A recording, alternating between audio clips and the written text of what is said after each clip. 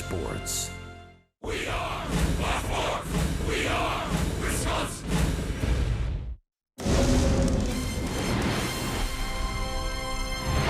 Yeah, one other piece of news. Jeremy Jeffers been named to the All-Star team.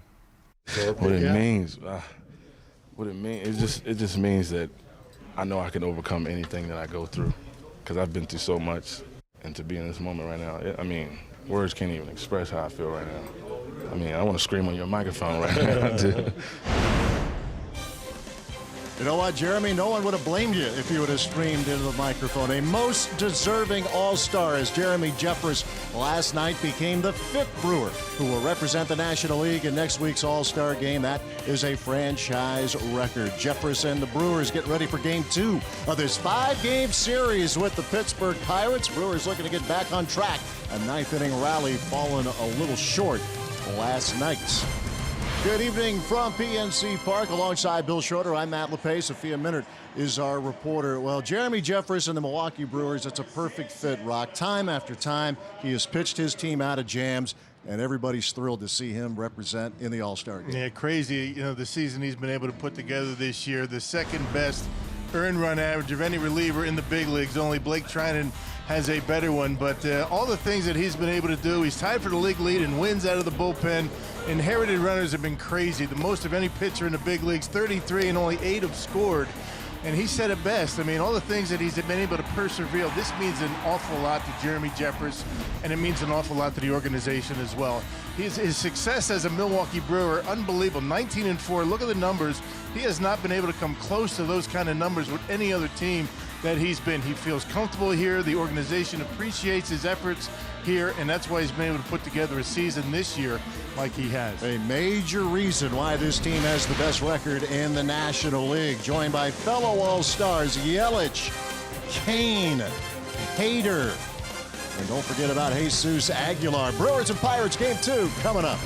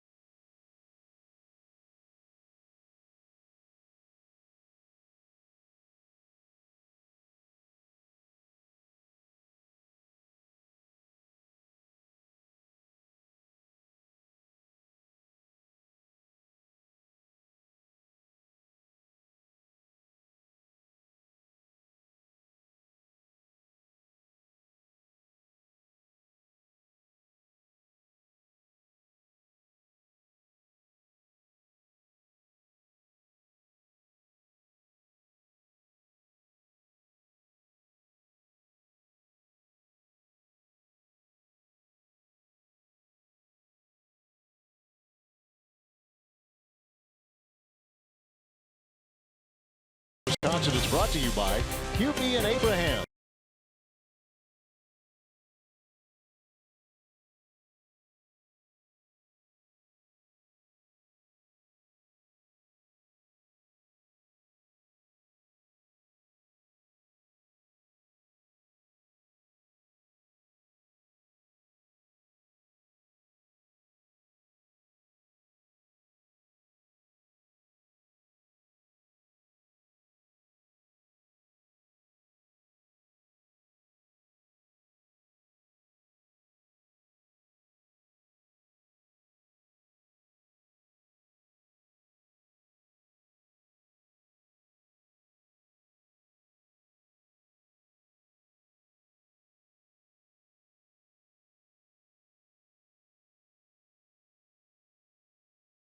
Fox Sports Wisconsin is brought to you by QP and Abraham. Voted best, rated best. QP and Abraham. Tell them you mean business.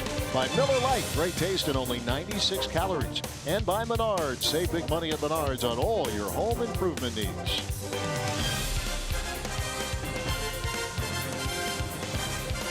In Pittsburgh, Pennsylvania. Good night for baseball.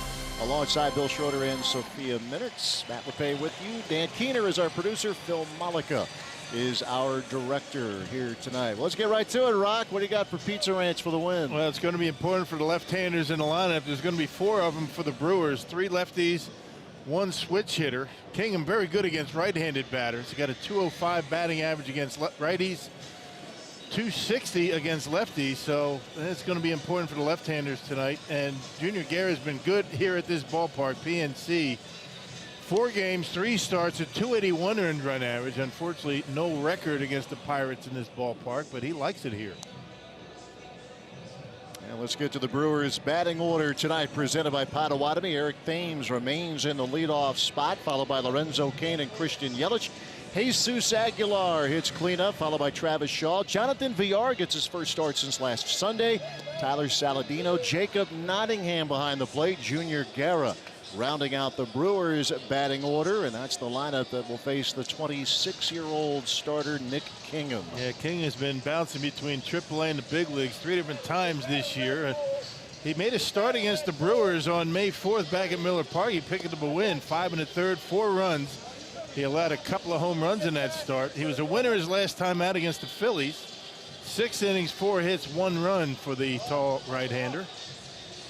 Let's check out the defense behind Nick Kingham here tonight. You got Dickerson, Marte, and Polanco. Very good defensive outfield for the Pirates. Colin Moran, Jordy Mercer on the left side. Josh Harrison, Josh Bell on the right side. And Francisco Cervelli gets the call behind home plate tonight. And your umpires for this second game of the series. The crew chief will be calling balls and strikes tonight. Kerwin Danley, Carlos Torres, Paul Nartz, and Scott Barry, the rest of your umpires crew. Paul was involved in a couple of interesting calls last night over at third. The bottom line, they got him right on both occasions, and now we get ready for the second game of this series. Brewers put on a rally in the 9th inning. They looked to be down and out, down 6-1, but they pushed across a couple of runs, had the bases loaded. Jesus Aguilar bounced into a double play as Felipe Vazquez earned his 21st save, and Kingham begins Thames with a strike, and we are underway. Brewers trying to get things turned around. It's been a bumpy trip so far. They have lost 3 of their first 4. 2 out of 3 to the Marlins, both of the losses in extra innings, and then last night to the Pirates, a team that has beaten Milwaukee in 4 of the first 6 meetings. And a good start to the night for Kingham. The breaking ball gets Thames. Yeah, Kingham not overpowering. He cruising speed about 93. He throws 2 different breaking balls. No slider, curve ball. He'll throw a changeup. Very good against the Brewers at Miller Park. He made a couple of mistakes to give up home runs to Manny Pena and Domingo Santana, but that was pretty much it. You will notice the ball clubs with a different look tonight, as both the Brewers and the Pirates are honoring the Negro Leagues. The Brewers in the Milwaukee Bears unis. That was a club in existence in 1923. And it's the Pittsburgh Crawfords for the home team here tonight. They were around in the 30s, won the championship, as a matter of fact, in 1935. Lorenzo Cain with 1 out here as we are just getting underway at PNC Park. Francisco Cervelli back behind the plate, recently off the disabled list, was out a couple of weeks with a concussion, and he has had a few of those in his career in just recent years.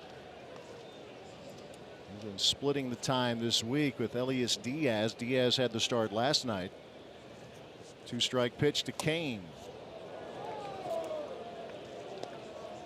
Now Reddy Kingham trying to establish that off-speed stuff. In his debut appearance against the Cardinals, he was electric and broke out a slider. much to, as they say, the surprise of the Cardinals. They wouldn't know a whole lot about him to begin with, but as the story went with Kingham, he had just started working on that pitch about a month earlier. He retired the first 20 Cardinals he faced. It was back on April 29th. Allowed just one hit through 7 innings. Okay, with a bouncer to the right side. Bell with the feed, 2 up, 2 down. Yeah, King won his first 2 starts. He beat the Cardinals and the Brewers. Won his last start against the Phillies and took losing decisions in between 4 of them. He's 3-4, 426 earned run average. As we talked about, he's made that trip between the big leagues and the minor leagues quite often this year. Yeah, as they say, they wanted to keep him on as regular a schedule as possible in the rotation, but just kind of inching into the big league rotation. It was thought to have been a one and done in that late April start against the Cardinals, but he pitched so well and clearly earned another opportunity. Another one of those young arms, a 26-year-old, born in Houston, Texas, but went to high school in Las Vegas. Facing Christian Yelich with 2 outs and the bases empty. Brewers ran into a hot pitcher last night in Jamison Tyone. 13 strikeouts in that ball game, 10 from Tyone.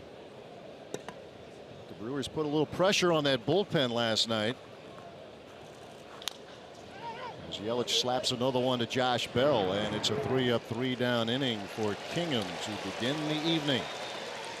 Nothing across for the Brewers, and now time for Junior Guerra. He has been pitching well throughout this season, as Rock mentioned, especially in this ballpark. He's had some success. Looking for more of it tonight as we move to the bottom of inning number 1.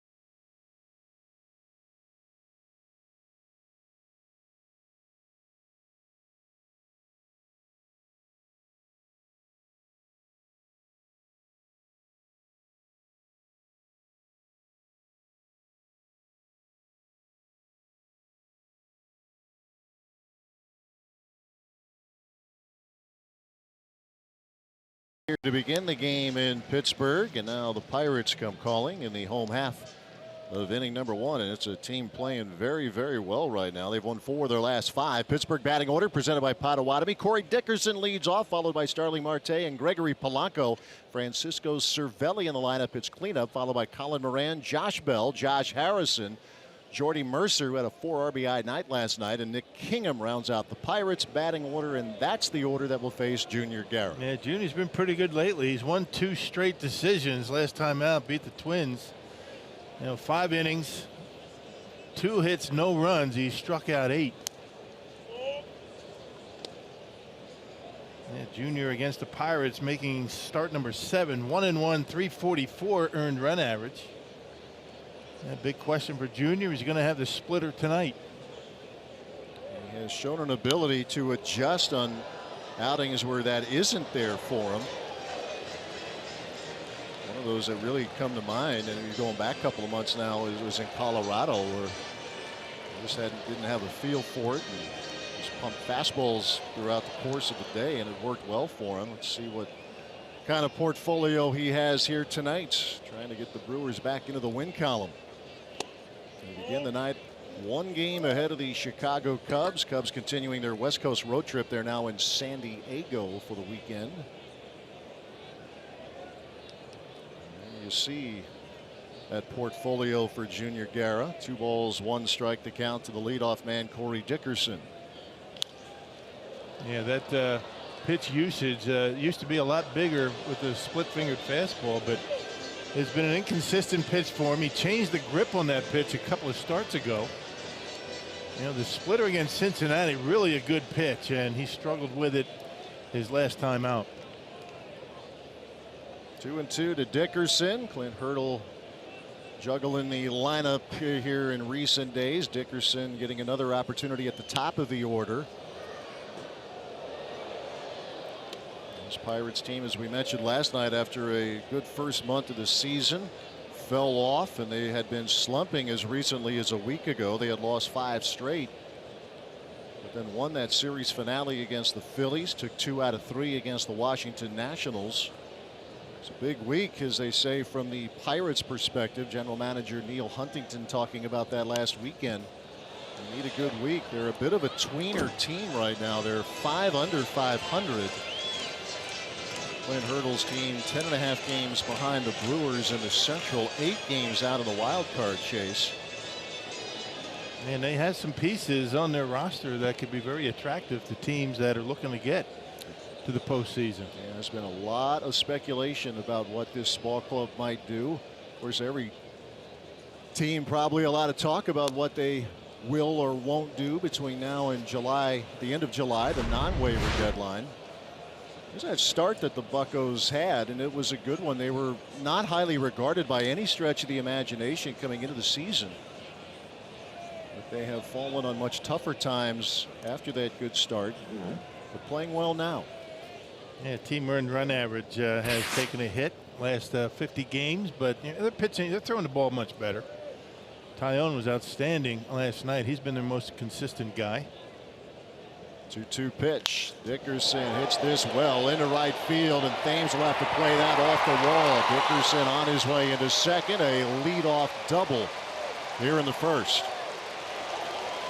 Yeah, top of this order is pretty good. This outfield for the Pirates, not only are they very good defensively, but they all swing the bats pretty well. Dickerson has done a nice job replacing Andrew McCutchen. McCutchen traded in the offseason to pick up Dickerson, and he's been tremendous, been very consistent, and leads the game off with a double. 20th of the year for Corey Dickerson. And now Starling Marte to the plate. He has, to say the least, been a thorn in the side of the Brewers. A couple of hits last night, drove in a run. He's had a fair amount of success, or more than a fair amount of success, against Guerra. He's had a lot of success against the Brewers, period. Yeah, he's 7 for 14 with a home run against Junior. And there's a base hit into left field. Dickerson will be held at third. And the first 2 Pirates reach. Well, check out the Brewers defense tonight. You got Yelich, Kane, and Thames in the outfield. Schultz, Aladino on the left. Jonathan Villar gets a start against a right-handed pitcher. He's at second base. Jesus at first. And Jacob Nottingham has been swinging the bat pretty well. He gets the call behind home plate. And to correct Junior's last appearance, it was against the Braves. He pitched extremely well. Not against Minnesota. 6 innings, 7 hits, 1 run in a Brewers 10-3 victory. And a homestand finale. There's Gregory Polanco in the lineup tonight. He had last night off with Wade Miley, the left-hander, on the mound for Milwaukee. Polanco with 13 homers. He has driven in 47. Marte is on the move, and that will be his 24th steal of the year.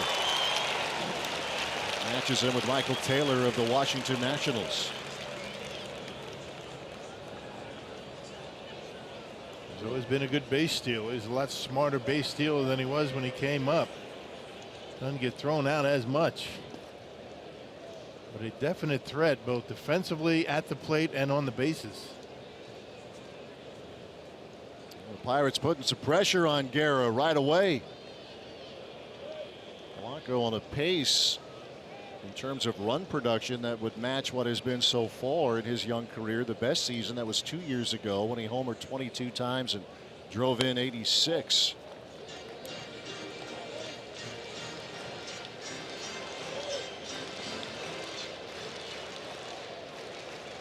He's locked in the middle of a long-term deal with this Pirates organization. 2 balls, no strikes to Polanco. A little chopper to Aguilar. They'll give up the run to get the out. Foul ball. Foul ball, they say. Check it. Yeah, off his foot. Yep. So 2 balls, 1 strike.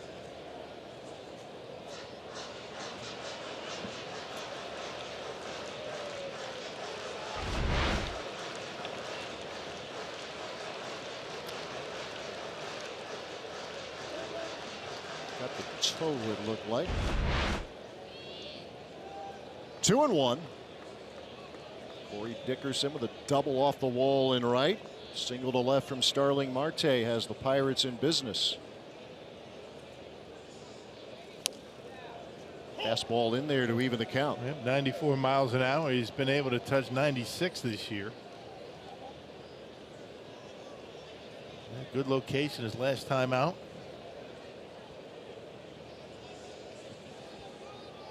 On deck hitter, the cleanup man, Francisco Cervelli.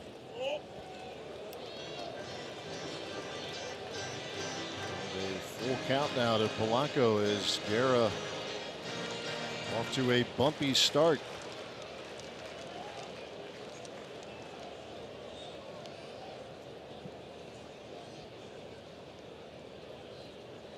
Payoff pitch on the way.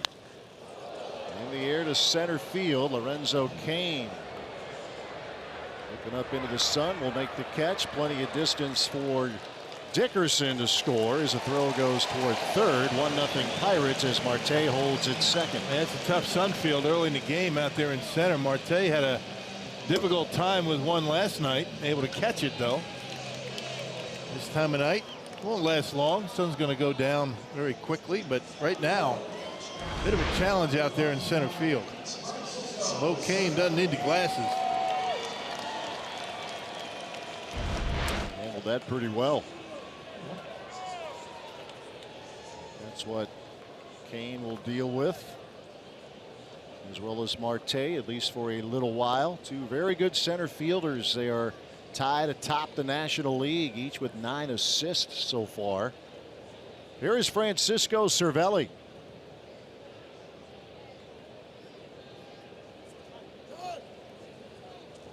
And Marte, he's a guy that will steal third base. Got to keep an eye on him. The Brewers are paying attention to him.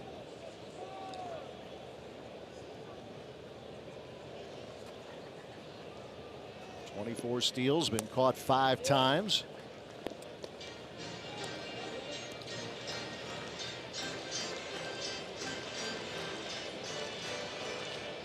That single for Marte in this first inning extends his hitting streak. Now he has hit safely in 9 straight.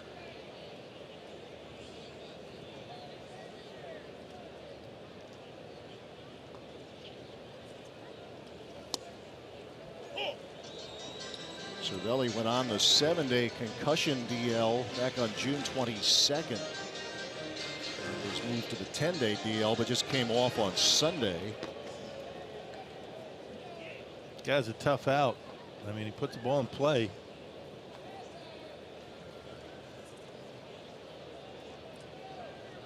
Terrific on base guy. In fact, the best among catchers. On base percentage of .381 for Cervelli. He likes to take pitches, and a lot of times, and we just saw it, he takes one that he doesn't think is a strike. He's not afraid to have a chat with the home plate umpire. He will, no problem telling him the error of his ways.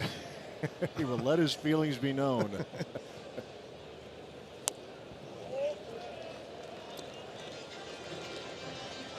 not above getting involved in a little chatter.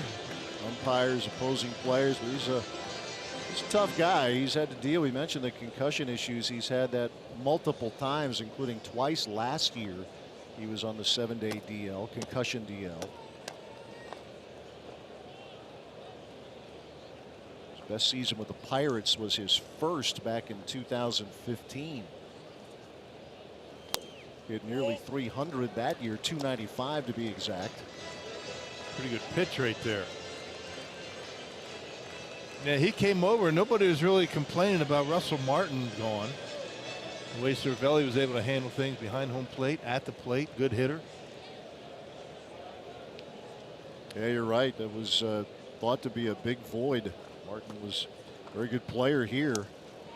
As Guerra walks Cervelli. And runners at first and second with one out.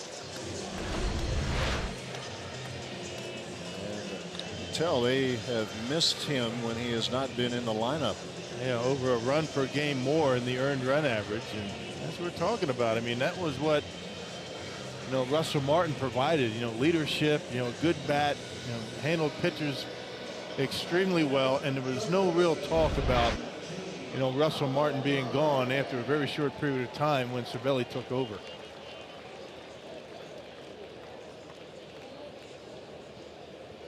And now Colin Moran at the plate.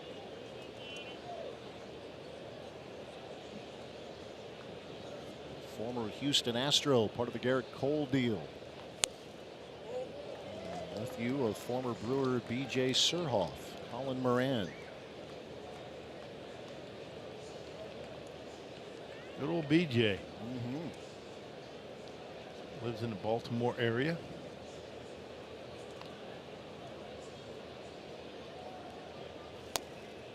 Shared a little time behind the plate with B.J. Yeah.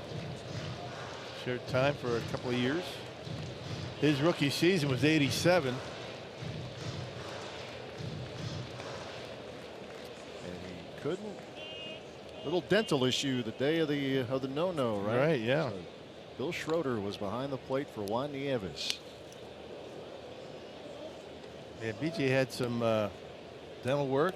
Felt a little sore. Couldn't go. He was in the starting lineup. And had he not had dental work, there still would not be a no-hitter in Brewers history. That's exactly right.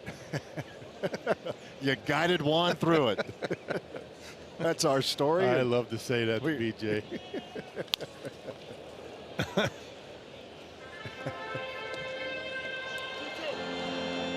And would I be right in assuming that Juan would back you up on that? Oh, yeah. Okay. Yep.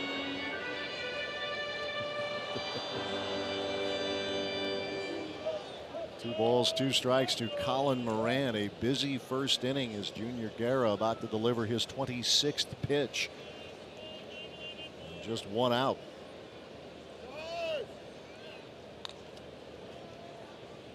Love to get a ground ball here if he can. Brewers were able to turn a few double plays last night. 2 on ground balls, 1 on a line out.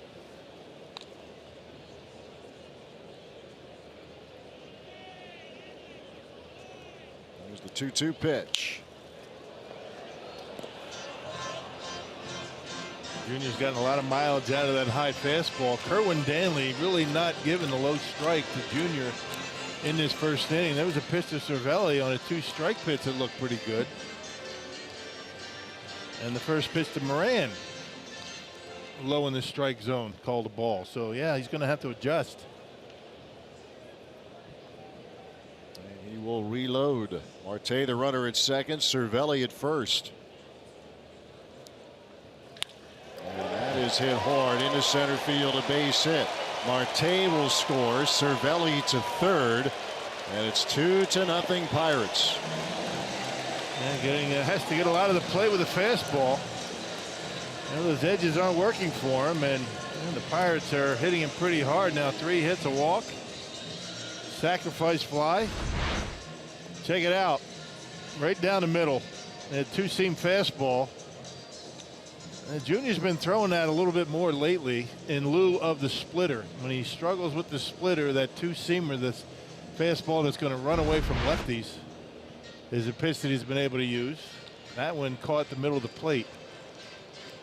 And an early mound visit from pitching coach Derek Johnson.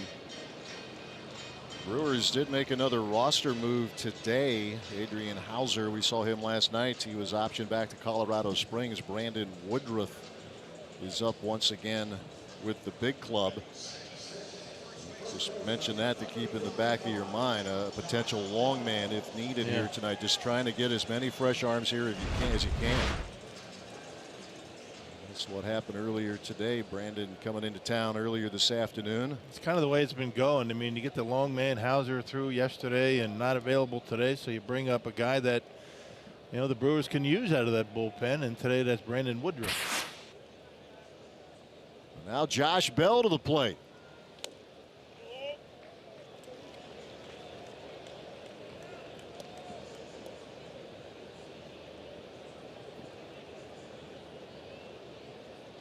See, he was busy on the bases last night. He was walked 3 times and scored on every occasion. Guerra missing badly. Yeah, just really having a difficult time and missing the strike zone when he tries to catch the edges, and then gets too much of the plate when he tries to compensate.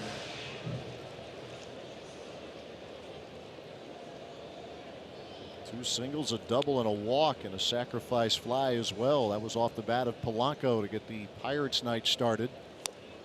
Bell trying to check, but it's strike 1.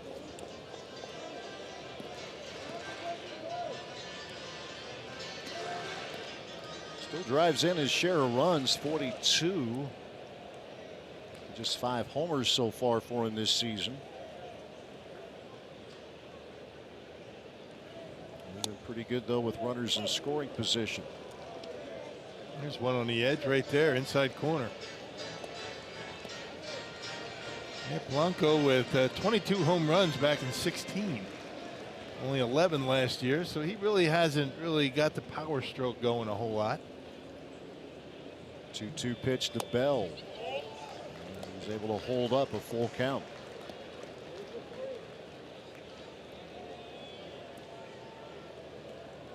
Already 32 pitches from Guerra as Josh Harrison is on deck. Had a good night last night. He's had a lot of those kind of nights against the Brewers in his career.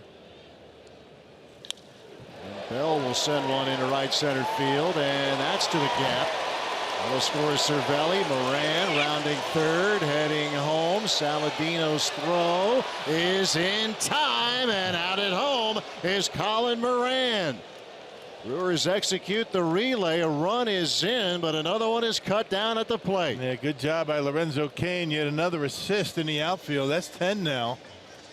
And he hit the cutoff man. Saladino very quickly turning around and throwing to home plate.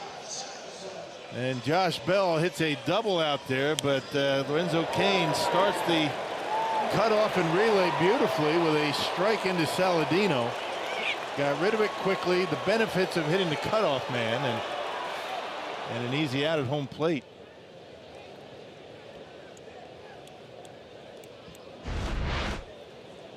He just makes that throw look so easy, Lorenzo Cain. It's the key that gave Saladino a chance.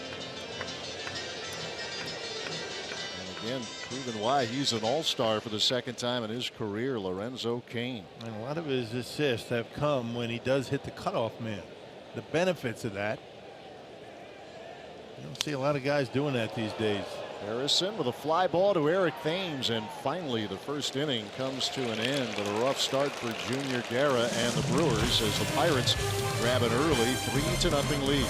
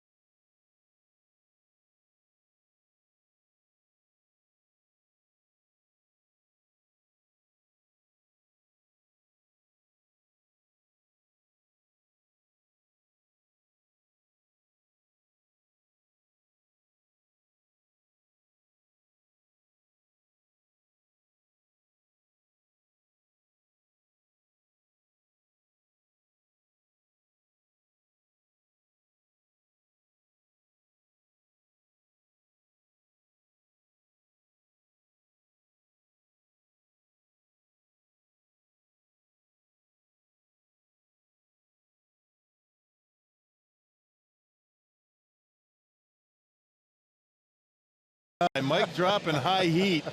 Those are the two beers. Hey, put your beer tasting skills to the test at the Brew Off at Miller Park on Friday, July 20th. Along with the seat to the Brewers game against the Dodgers, each special ticket package includes 2 12-ounce beer samples, plus a Brewers mug. Learn more by going to brewers.com/theme nights. You know, I love the names of both of them. Yeah, me and you, Mike Drop. Yep. Taylor Williams and Josh Hader, High Heat. The 2 beer samples. And we are very proud of ours. We are. They are very proud of theirs. And it's up to the fans to vote. Exactly right. That's a tough job, but someone has to do it. Hey, and there's a trophy at risk here. I mean, that's true. There's a lot on the line. It's not just like, okay, whoever wins, wins. But we want to win. Yeah, there's a lot. It's a competition. But they're both good, I got to say. Yes, they are. We had a tasting back last homestand, was it? We did. And you know, on a night like tonight, it'd really be good. Mm-hmm. You got to have a sessionable beer on a night like tonight. That's right. It's our word of the year. Sessionable. That means you can drink a lot of them. That's exactly right. That's a fancy word for that. July 20th. Looking forward to it. First game after the All-Star break. That's right. What better way to come out of the All-Star break? Jesus Aguilar. Speaking of All-Star break, he and 4 of his teammates will be in D.C. Aguilar will be in the home run derby competition. He is the top seed. They seed based on home run totals of the participants. He was at the top of the heap, thus he is the #1 seed. He will go up against Reese Hoskins of the Phillies. He hit number 24 last night. Christian Yelich, also part of that All-Star team. Lorenzo Cain, Josh Hader, and Jeremy Jeffress as Aguilar goes down swinging, and that's the second strikeout for Nick Kingham. That's that slider we're talking about back at Miller Park. Got a lot of mileage out of that pitch against Milwaukee. 7 strikeouts, 1 walk for Kingham against the Brewers back in May.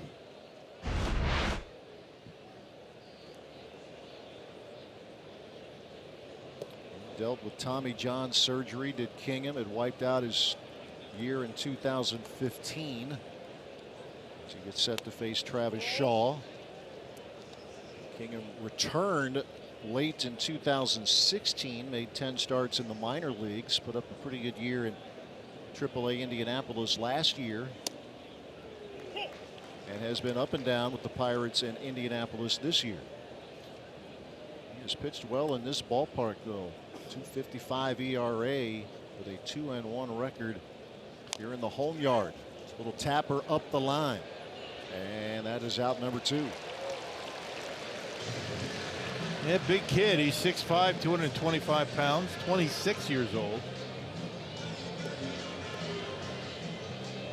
Trying to figure out a way to stick with the Pirates.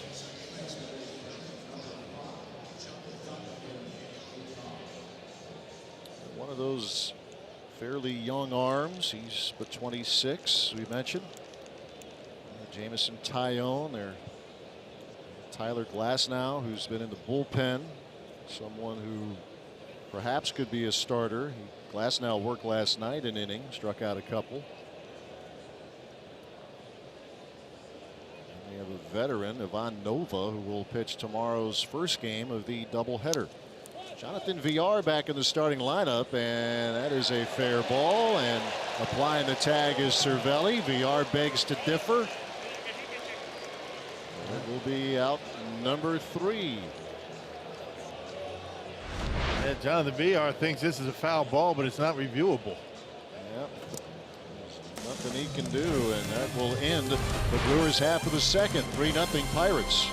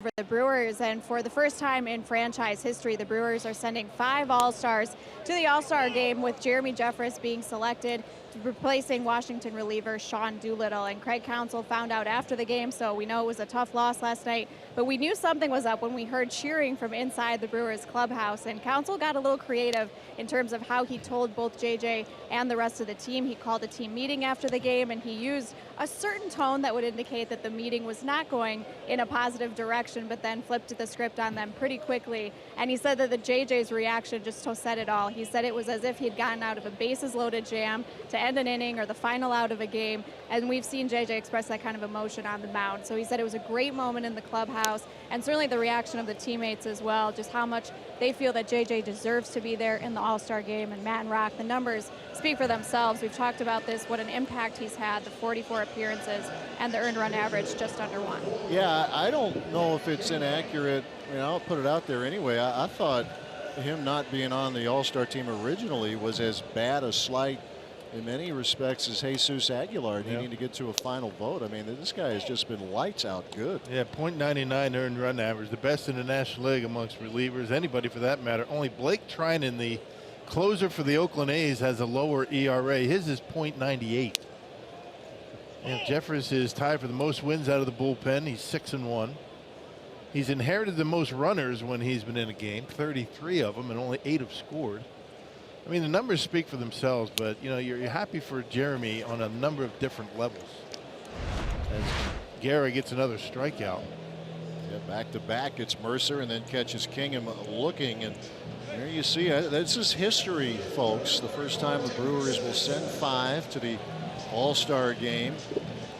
But you're happy for Jeremy for a lot of different reasons, and I think for me the most is all the things that he's been through in his life off the field. He's, you know, persistence, and he's really turned things around, and I think that is what made him most happy, what he's most appreciative of, what he's been able to overcome and finally get to the ultimate goal. Not the ultimate goal is the World Series, but getting to the All-Star game, that's a big deal for him, given all those other things. And as you said in Brewers Live, he's owned it, and the fit has just been ideal with Jeremy Jeffress and the Milwaukee Brewers.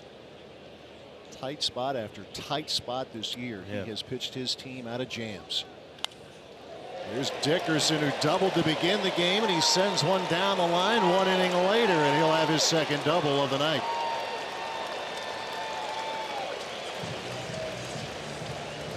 He's hitting some bolts here in his first 2 at-bats. And Pirates really barreling up Junior here early on. He got the strikeout to Jordy Mercer in the pitcher. Yeah, but check this pitch out where it ends up. I mean, it's in off the plate, 93 miles an hour, and apparently Dickerson looking for it in there, able to rifle it down the line. And not a bad pitch. I think if he had it to do over again, he'd get it up a little bit more, but in off the plate, not a bad spot to pitch. Facing Starling Marte. Slider for strike 1. He's throwing a few sliders. I mean, the slider and the 2-seam fastball, 2 pitches that he's really trying to work in tonight. First 2 strikeouts of the night for Guerra coming in this second inning. Tried that slider again, count is even.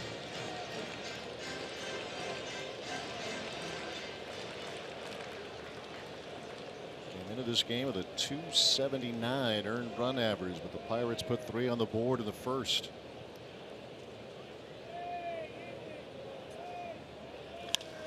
Marte, a bouncer to Saladino, and that'll do it. Well, the Pirates in the second, they strand Dickerson. We are through 2. Pirates lead 3-0.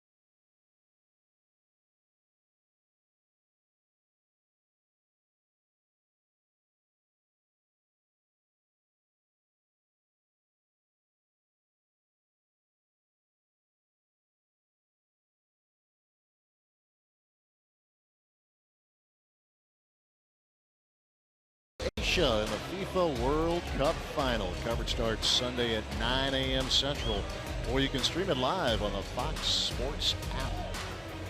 Down to 2. France and Croatia. My team, England, did pretty well. Got to the Final Four. Yeah. Your team, Germany, Bad year. bad year. It's okay. You Can't move win them on. all. They won the last one, right? Sure.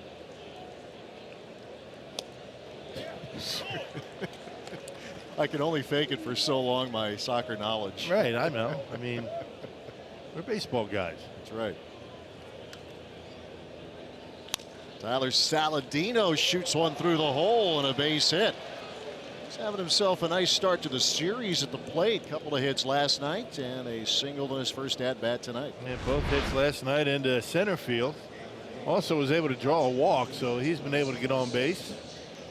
Doing a nice job trying to get some production out of the bottom of the batting order for Milwaukee. There is the first hit of the night off Nick Kingham. Here is Jacob Nottingham. Those 3 hits, the first of his big league career, came in the Marlins series earlier this week. And Eric Kratz tag teaming behind the plate. Manny Pena working his way back, still on the disabled list. Yeah, Jacob doing a good job behind home plate too. Blocking pitches. He threw out a runner at second base in Miami. Really has improved his defense. Something that they wanted to keep an eye on. Big guy, as you can see. Really well documented by now. Had a chance to play college football at Arizona. Turned that down to pursue this sport. So they wanted him to get up to about 250 to be a linebacker at the University of Arizona. And he's a big dude, but he didn't quite want to get to 250. Thought this would be the better avenue for him. Yeah, none of us really want to get to 250, but Yes, what we want to do and what happens. maybe after his playing days, who knows, but not now. I don't know about you. I'm counting on this heat and humidity, especially tomorrow. Maybe I could shed a few, at least for a few hours. Yeah. That'll do it. Be in the 90s, a doubleheader. Well, A straight doubleheader. That's unusual. Usually, doubleheaders these days, not scheduled, of course, but the split doubleheaders, day game, then followed by a night game. It'll be about a half an hour between games tomorrow. Both of them televised. yeah, a little turn back the clock. Nottingham working Kingham for a walk. So a little something going for the Brew Crew here in inning number 3. Let us check out what's on tap coming up tomorrow. The traditional doubleheader. Chase Anderson and Ivan Nova in game 1. Brent Suter and Clay Holmes in game number 2. And we will get it started tomorrow at 11 a.m. with Brewers Live on Fox Sports Wisconsin. Yeah, Brent Suter coming off the disabled list. He will be the 26th man, for the Brewers in the doubleheader. Major League Baseball allows you to add a player when you have a doubleheader. So the Brewers are not going to have to make a player move or a transaction to activate Suter. Just remember growing up, used to love to go to doubleheaders. Yeah, you'd schedule a visit to the ballpark. I know we did. Absolutely. Look at the schedule, doubleheader on the board, and let's go there. So you get 2 for the price of 1. Good to see Brent back on the mound tomorrow afternoon. Another valuable pitcher in this Brewers rotation. A little butcher boy attempt as Guerra fouls it back.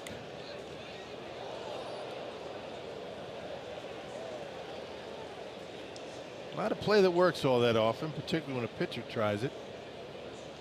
And you do that when you have the corners in really close to home plate in an obvious bunt situation. You try to put it on the ground, but you don't see that work too often. Saladino, the runner at second. He singled to left. Nottingham at first. He drew a walk. And Guerra unable to get the bunt into foul territory, and that'll be out number 1. Now you do it sometimes when you feel as though even if you drop down a good bunt, the way they're crashing at the corners, You're not going to be able to get the sacrifice successfully, so you just kind of throw the bat back and try and put it on the ground somewhere. Josh Bell right on top of him by the time that baseball gets to home plate. Colin Moran has to stay back because if he takes off, then Saladino's just going to steal third. Well, we're going to get an early look tonight at Hernan Perez, who's in there for Eric Thames now. Try to get an idea of what is up with Eric, but Perez now gets the at-bat at the top of the order. And a ground ball through into left field, a base hit. Saladino rounds third. This gets the Brewers on the board as Perez delivers. Yep, didn't mess around. First pitch. Able to find a hole in the left field, so Perez able to drive in a run. And the big boys now coming up. Yeah, Brewers down by 2. Good job by Perez. Waiting back was a slider. Just out of the reach of Moran and into left. Saladino scores. So the Brewers break through as Saladino led off the inning with a base hit as they get their first run of the night against Nick Kingham.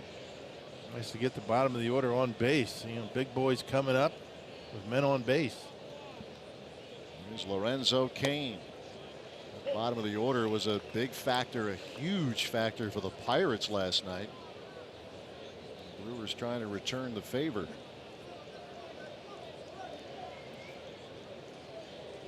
Cain grounded out to first.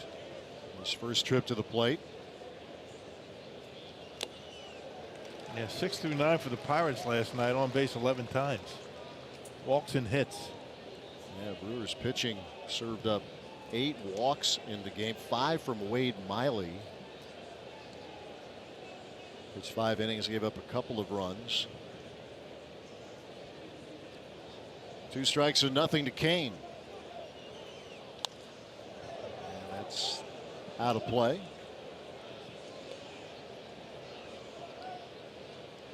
.399 on base percentage for Lorenzo Cain coming into the game. That is 4th best in the National League. Moving down a notch in the batting order in recent days. Spent most of this year at the top of the Brewers order. But remember, most of his career he has hit 3rd in the lineup. And wherever he is, he handles it very, very well.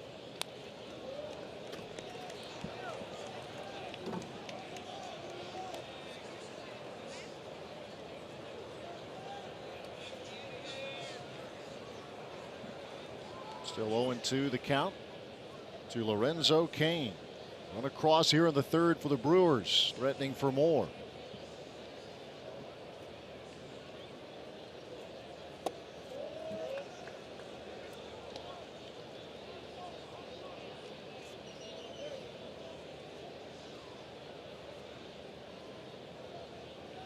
Greg Counsell watched his team rally in the 9th inning last night.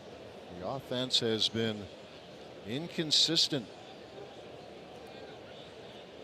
here in the road trip, and a double play opportunity here. There is one. Mercer, Harrison, Bell, and that is a 6-4-3 double play, and that ends the inning. Brewers get their first run of the night through 2 1/2. They're down a pair.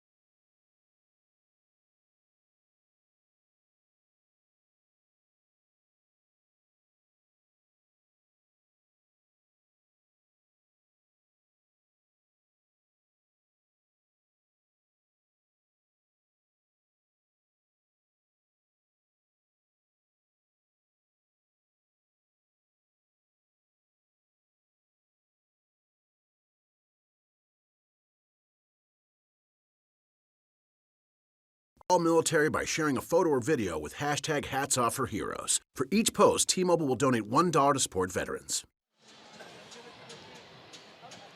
Back at PNC Park, the Pirates with a 3-1 lead here in the third, and Hernan Perez has taken over in right field for Eric Thames. Perez came in to pinch hit for him in the third. A report from the Brewers that Thames left the game with right hamstring tightness, so it is Hernan Perez in right field now. All right, Sophia, thank you very much. And Hernan takes a look at the card. RBI single for Perez to get the Brewers on the board in the top half of this third inning. 3, 4, and 5 hitters for the Pirates as Gregory Polanco leads off. I guess the only thing I think of, you know, when Thames tracked down that extra base hit in right field, right, lead off the game, Dickerson maybe did it then.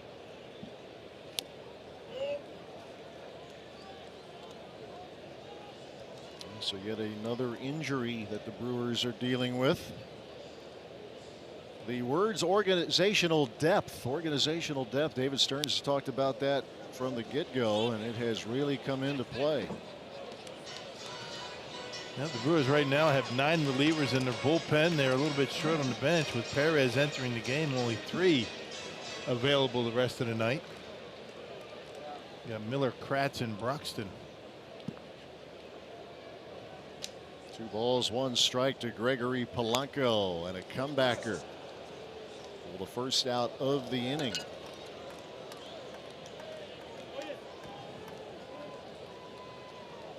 First inning was the rough one as Guerra needed 35 pitches to get through it. Gave up a 2-out second inning double to Corey Dickerson, but no damage was done. And now here is Francisco Cervelli.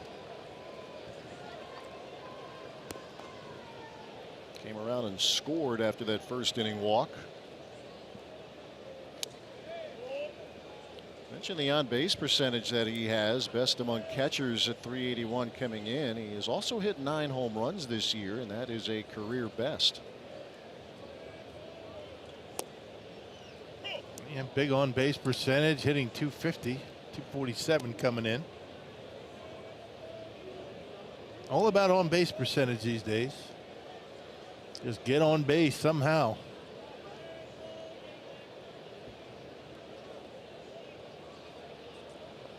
Guerra with the 1-1.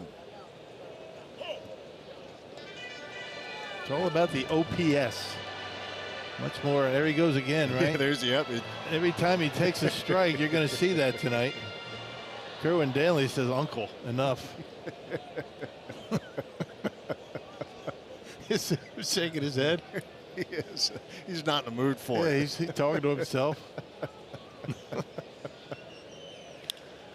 Cervelli with a bouncer over to Saladino for the second out.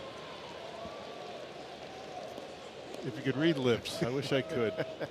Hey, don't miss the MLB.TV All-Star Sale for just $39.99. You can access HD streams of all out-of-market games on over 400 devices. Plus, enjoy a free MLB At-Bat Premium subscription when you sign up. Learn more by going to MLB.TV today. Guerra retires the first 2 Pirates here in the third. Now he will face Colin Moran. And there's a shot out toward Perez, and he'll have to play it on a hop. Base hit for Moran. Still looking for that elusive 3-up, 3-down inning. 2 outs, nobody on last inning. 2 outs, nobody on in the third here, and a base hit. Hernan tried to get it before it hit the ground, but he traps it. Clearly not able to catch it, and the inning continues.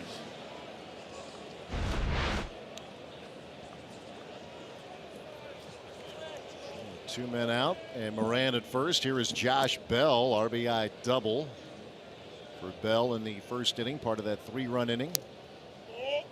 I was talking about Josh Bell last time up, not being able to find that home run stroke. I was in air on that. He had 26 last year. Yeah, he found it. That was a breakthrough last year, but just 5 so far this year. But the production's still there with the 42 RBIs. He stings one over Saladino's glove, and it goes off Lorenzo Cain, and that's trouble. Moran's going to come all the way around, and Bell will head to third. It's 4-1 Pirates. You don't see that very often. Lorenzo Cain kicks one in center field. Well, 2 outs, nobody on. Single base hit error. Another run in for the Pirates. Yeah, Bell hits this one well. Right off the heel of the glove, I think, or did it hit him in the leg? Not sure. Goes all the way to the wall out there, pretty close, and no chance to get Moran as he screams around third base and scores run number 4. 2-out damage here. Harrison at the plate. Harrison ended the first inning with a fly ball to right. Brewers could not get him out last night. A single, a double, walked a couple of times. Man, that's nothing new. No. This guy has done a number on the Brewers in his career. And especially here, hitting .333 against the Brewers in this ballpark in Harrison's career. Two-time All-Star in 2014 as well as last year. He's had a few walk-off hits against the Brewers here. In a tougher season this year. He was on the DL for about a month. Broken bone in his left hand, was hit by a pitch. When he came off the DL, he was hitting at a pretty good clip, albeit briefly.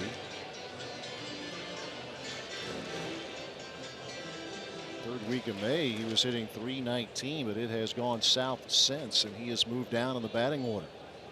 Something about the Brewers, his eyes light up, and he draws a walk. Guerra, after retiring Polanco and Cervelli to begin the inning, gave up a single to Moran, a base hit, and a 2-base error from Bell. It scored Moran, and now a walk to Harrison.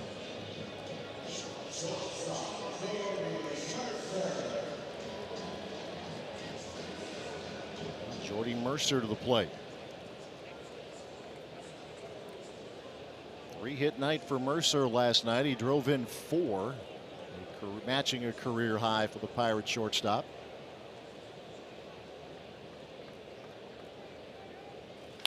And he rips one down the line, a base hit. That's going to score Bell. Harrison to third, and Mercer to second. It's a 4-run lead for the Pirates.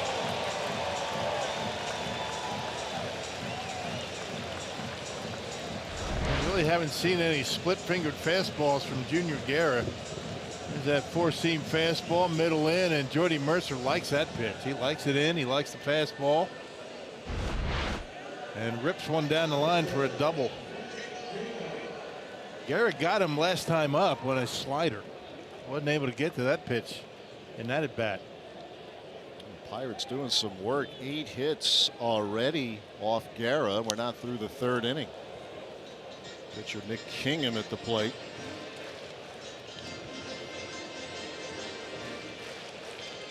Clearly, an outing like this, very few and far between this year for Guerra. The council's been getting a lot of good efforts from Guerra. 2.79 ERA coming into this game, but he has struggled mightily tonight. Yeah, 5 runs. This ties the season high for giving up the most. And ironically enough, it was against the Pirates at Miller Park on May 4th. He was through 5 innings, giving up those 5 runs.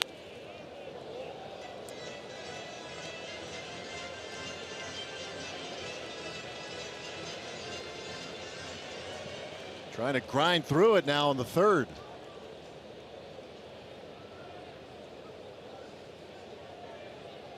1-2 pitch, and that will end the inning. Another strikeout of Kingham, but the Pirates scored 2 more, doing all the damage after the first 2 were retired. 5-1 Pittsburgh after 3.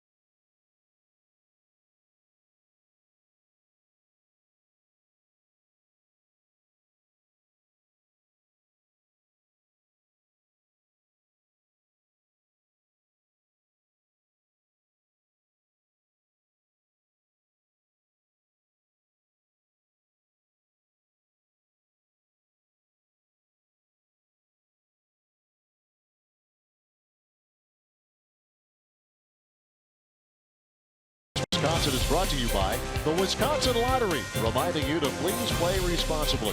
By Ascension, coming together to give healthcare a better name. We are Ascension.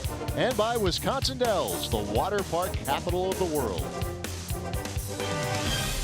All right, don't forget to catch baseball's biggest stars for an unforgettable show from the nation's capital. Major League Baseball All-Star Game coming up Tuesday at 6:30 p.m. Central, only on Fox, or stream it live on the Fox Sports app. 5 Brewers will be represented this Tuesday's All-Star Game, so all the more reason to tune in. Hopefully those All-Stars can get something going here. It's a 5-1 lead for the Pirates through 3. A couple of them coming up in this inning. Interesting night for Junior Guerra so far, right? I mean, no splitters. Yeah, fastball, slider, the 2-seam fastball to go with the 4-seamer. Just doesn't have a good feel for that split-fingered pitch. And the Pirates have been able to tee off against him. Christian Yelich will lead things off. Grounded to Josh Bell to win the first inning.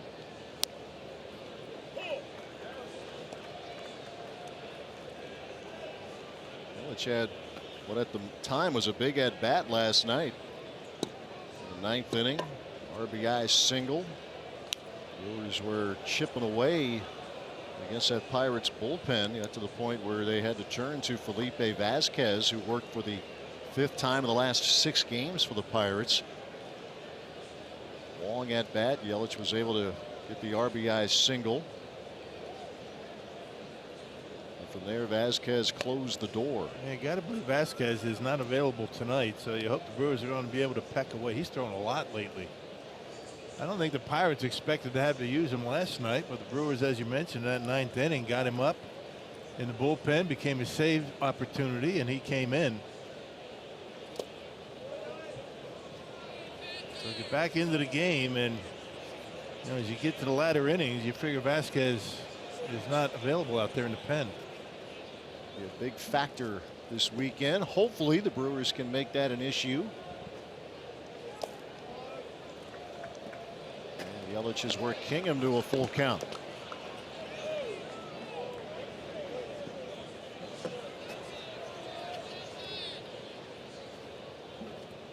Big man waits on deck as Yelich goes down swinging for out number 1.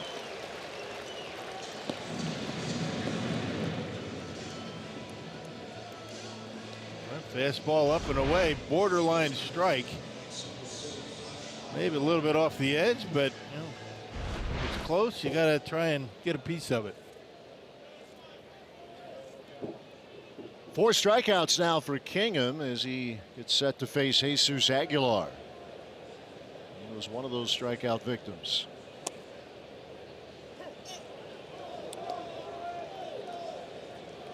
Breaking ball curve in there for strike 1. And he got Aguilar on his slider his first time up.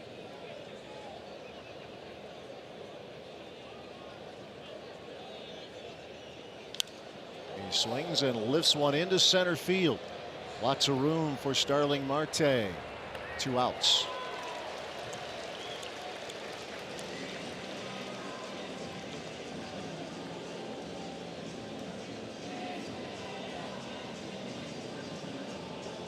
Here's Shaw. Continues to play through the hurts. Gonna need that all-star break. Tweaked his ankle a couple of nights ago in Miami, but was in the lineup last night. More of the same tonight.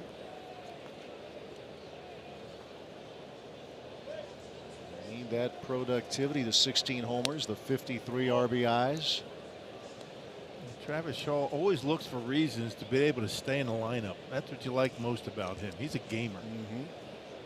He might not feel 100%, but he's a guy that's going to get himself out there on the field. He understands how important he is, you know, to the whole offense. You know, he had that wrist injury. He was still out there until finally he just couldn't do it anymore. And now he's got the ankle. Breakthrough year last season for Shaw.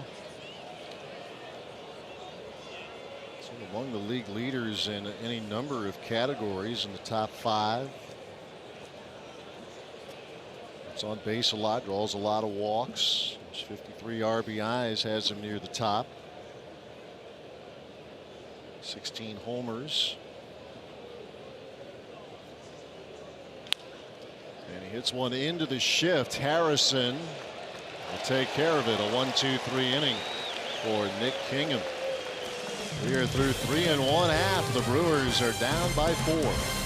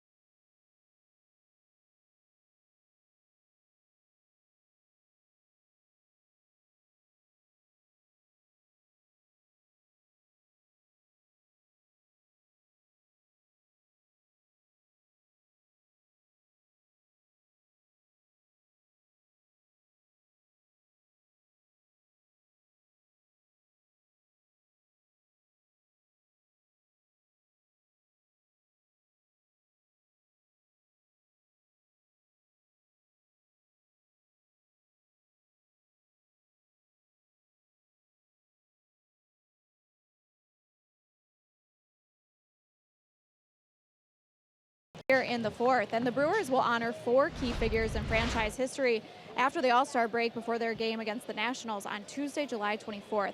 The pregame ceremony on the field will celebrate the careers of Prince Fielder, Harry Dalton, and Doug Melvin's induction into the Brewers Wall of Honor, as well as Jeff Jenkins' induction into the Brewers Walk of Fame. So if you're interested, brewers.com/tickets. It should be a lot of fun getting all those guys together again. Yeah, always a special occasion. Rock, you know that well. You have lived part of that now, and it's a in nice Brewers honor. lore, right? Nice honor to be, associated with baseball in Wisconsin, the success of the Milwaukee Brewers organization, and those 3 guys certainly deserving. Doug Melvin, look what he's done. Look what he's able to do for the Brewers.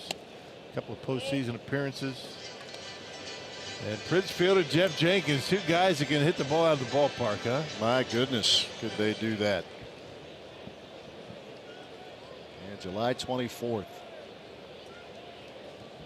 Another special occasion honoring the history of the game in our state, Brewers franchise. Nice honor, really is. Get that plaque out there on the wall outside of Fridays, and means a lot. It really does. Yeah, that was cool. A lot of us were there for your night a couple of years ago. We enjoyed it. Yeah. It was a rare night for you, a home game where you were in attendance and you could just kind of take it in. Yeah, I did first couple innings, and then kind of went down to the area where everybody was. It was great. The Brewers took really good care of my family. Just a class organization, the Milwaukee Brewers. Really appreciate everything they've done for me and a lot of others associated with this organization. 2 balls, 2 strikes to Corey Dickerson, leading off the bottom of the 4th for the Pirates. And Saladino with a chance to put him away, and he just does get the throw in time to Aguilar, as Dickerson is set down for the first time tonight. That was close. Just barely. Dickerson busting it down that line. Takes nothing for granted. Taking a little bit too much time on that ground ball, and Dickerson almost beats it at first. Look at him busting. Routine ground ball. Giving it all he's got, almost beats it.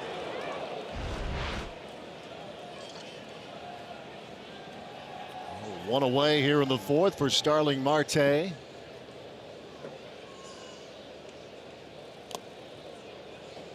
going to bunt his way on. You know, that wall of honor was actually an idea that was devised by Craig Counsell. Actually, it was his idea to try to recognize some of the past Brewers that had significant contributions. Yeah, it's a great idea. You embrace the history of your franchise and those who have helped build it. And it's fun to see that. I mean, he's a pretty young guy, but he understands what it means, the history of the ball club. Got a great head on his shoulders, a lot of great ideas. He's done a terrific job with this ball club ever since he's taken over.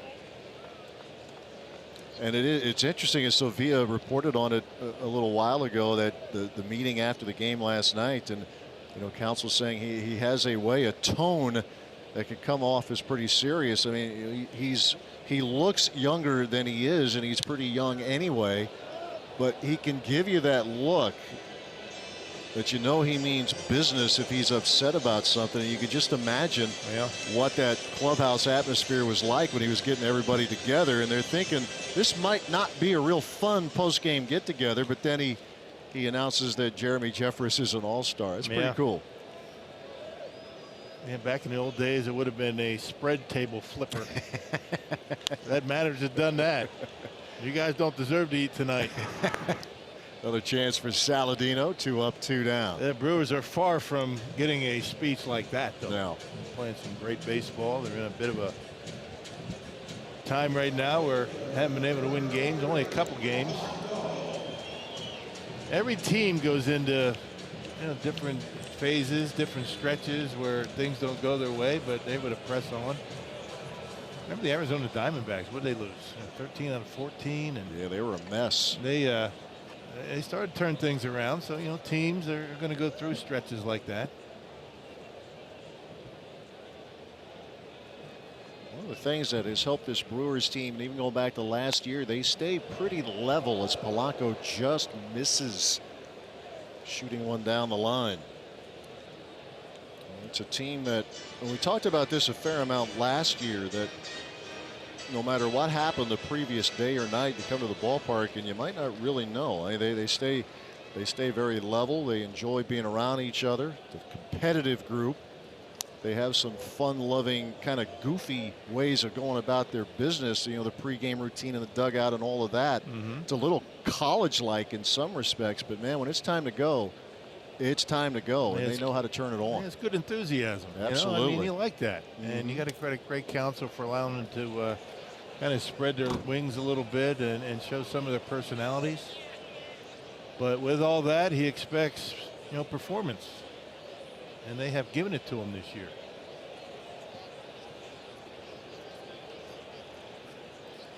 A tough week here so far, but a lot of week left.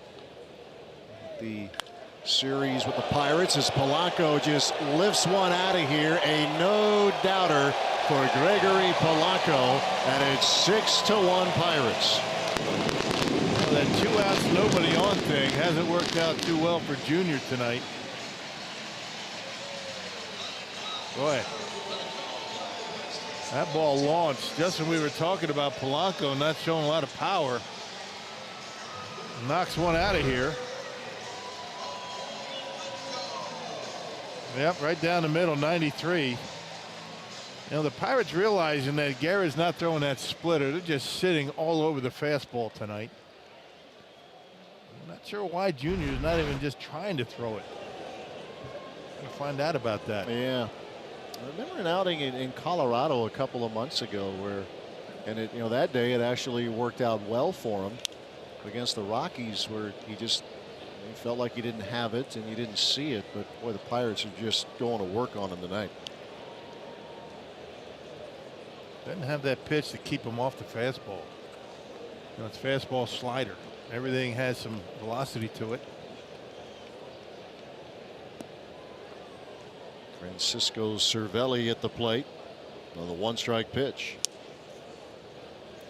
Pours another one in there. Let's take a look at that home run. Time now for StatCast, powered by AWS. Went a long way, and it got there in a hurry. 393 the distance. The 0-2.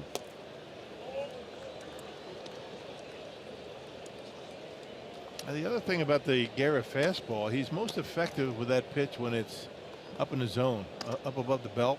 He's been leaving a lot of them down, and the Pirates have been able to barrel him up.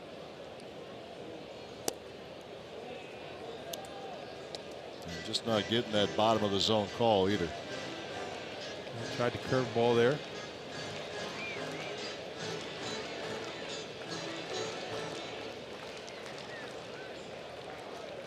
Brewers getting a little activity now. Bullpen starting to stir as Cervelli looks at a called third strike and once again shows his displeasure. But another scoring inning for the Pirates.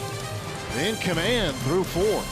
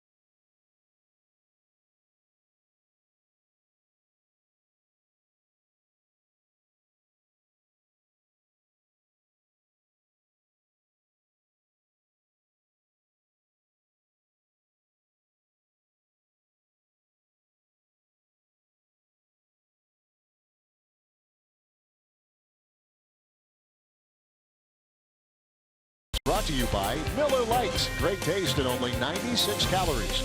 And by Toyota. Let's go places. I saw that little tiki floating watercraft there, Rock, on that shot. So it's still around. It's going to be around here this weekend. Put a little mic drop lager on there. Oh, you're talking. Yeah, that is perfect. On a Friday night, a Saturday afternoon, a Saturday night. Hint, hint, mic drop lager. Yep. It's a great name for a lager. Isn't it, though? Perfect. You should taste it. I know we have. Yeah, we have. We approve of this lager. All right, Brewers trying to get something going here against Nick Kingham and another hole that they're in, down 6-1 now as we move to the top half of the 5th. VR, Saladino, and Nottingham 6, 7, and 8 in the Milwaukee order. VR tapped out in front of the plate to end the second inning.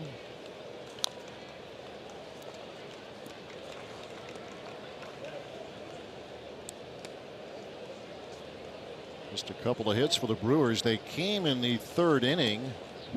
Saladino with a leadoff single eventually came around to score on an Hernan Perez RBI single. Perez in for Eric Thames. Left a couple of innings ago with hamstring tightness. Got all the way through and got the home plate umpire, I think, Kerwin Danley. Yeah, Francisco Cervelli concerned about the home plate umpire. Probably turned around and said, you know, if you didn't ring me up on that, I would have caught it. Catcher's revenge. Yeah, I missed it on purpose. See what you get?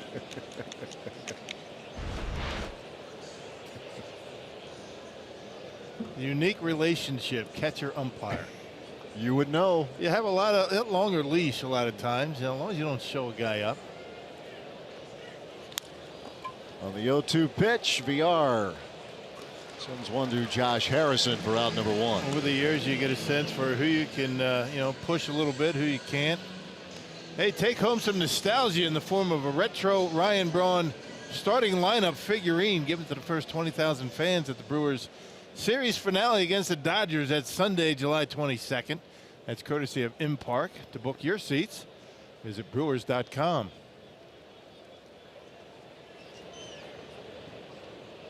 One away here in the 5th for Tyler Saladino. I always felt like John Hirschbeck, Steve Palermo, guys like that. You could talk a little bit as long as you kept your eyes to the pitcher. Pretty much say what you want, as long as you didn't get personal. Sometimes they'll admit they missed one. Other guys, tone of voice, and you have a long day. A little shorter leash, you're saying? And those are the guys I'm not going to mention their names. I think baseball fans who've followed this game for a while probably know who you're talking about.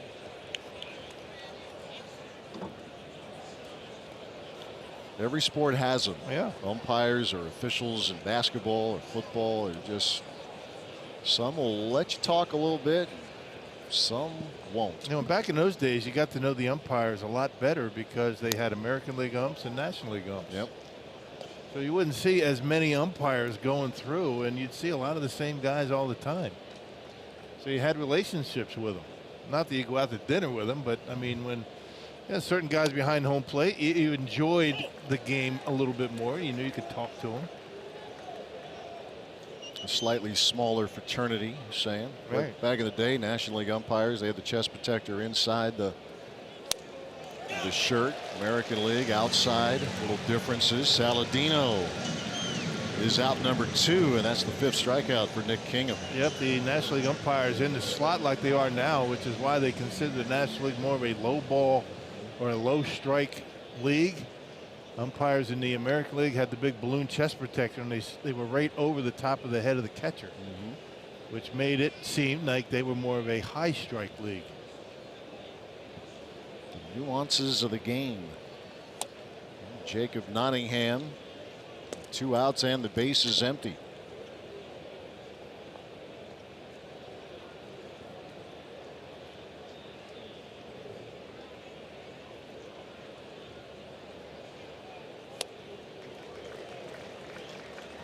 Is a good looking slider there from Kingham. You can see the effect, curveball slider for Kingham, keeping the Brewers a little bit more off the fastball. Break even pitch.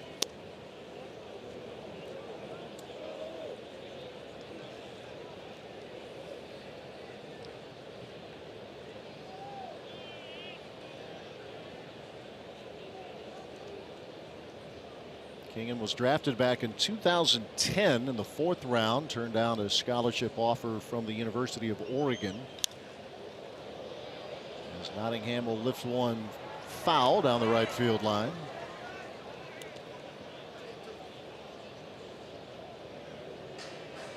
Mentioned he was born in Houston but went to high school in Las Vegas, and after that major league debut to remember against the Cardinals, fellow Las Vegas high school graduate by the name of Bryce Harper, who was quick to put out on his Twitter account his pride in a fellow Las Vegas guy. Had such a great debut in the big leagues.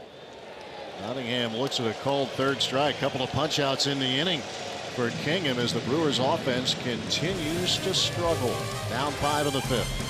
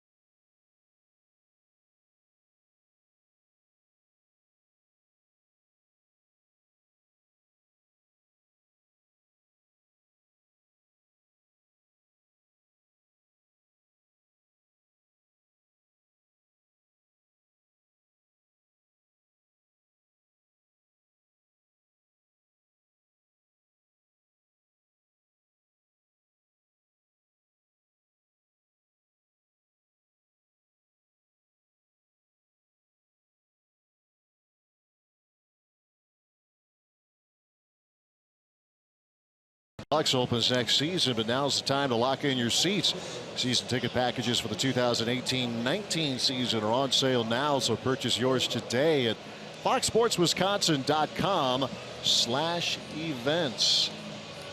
NBA Summer League going on right now, and a lot of excitement about the Bucks heading into the 18-19 season.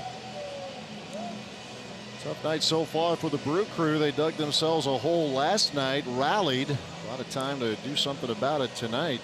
But it's unfortunately in the bad timing here. Junior Guerra with a short night's work as he gives way to Brandon Woodruff. Yeah, 4 innings tonight. Wade Miley went 5 last night. 5th different time that Woodruff has been with the Brewers this year. He actually broke camp, was on the opening day roster, been back and forth quite a bit. His numbers down in the minor leagues, 10 games, all starts, a .302 earned run average. And see what he's done as a Brewer. Let's get a little more on Woody as we check in with Sophia Minard. Yeah, as you guys said, he's up for his 5th time. We last saw him June 10th, and he's played such a valuable role. He has started 4 games, and he's appeared in 5 games coming out of the bullpen. And before the game, we talked about kind of that final reliever spot with Craig Counsell. He said, really, it's been Brandon Woodruff, Adrian Hauser, who we saw last night, and Jorge Lopez, who we saw in Miami. He said the 3 of them have really primarily shared that final reliever spot in the bullpen. So we know that there's been a lot of back and forth in terms of how they've managed that roster spot. But he said overall the performance has gone very well for those guys. And he said especially in this final stretch before the All-Star break, 21 games in 20 days, their innings are really important. Even Corbin Burns coming up, giving them 2 innings in Miami. So he said, you know, for them to come in and provide the performance that they have in the innings that they've covered, he says they've really done a phenomenal job. Yeah, and to Sophia's point about Woodruff in his time with the Brewers, starting and relieving, the numbers have been very good for Brandon in those 5 appearances out of the bullpen, a .235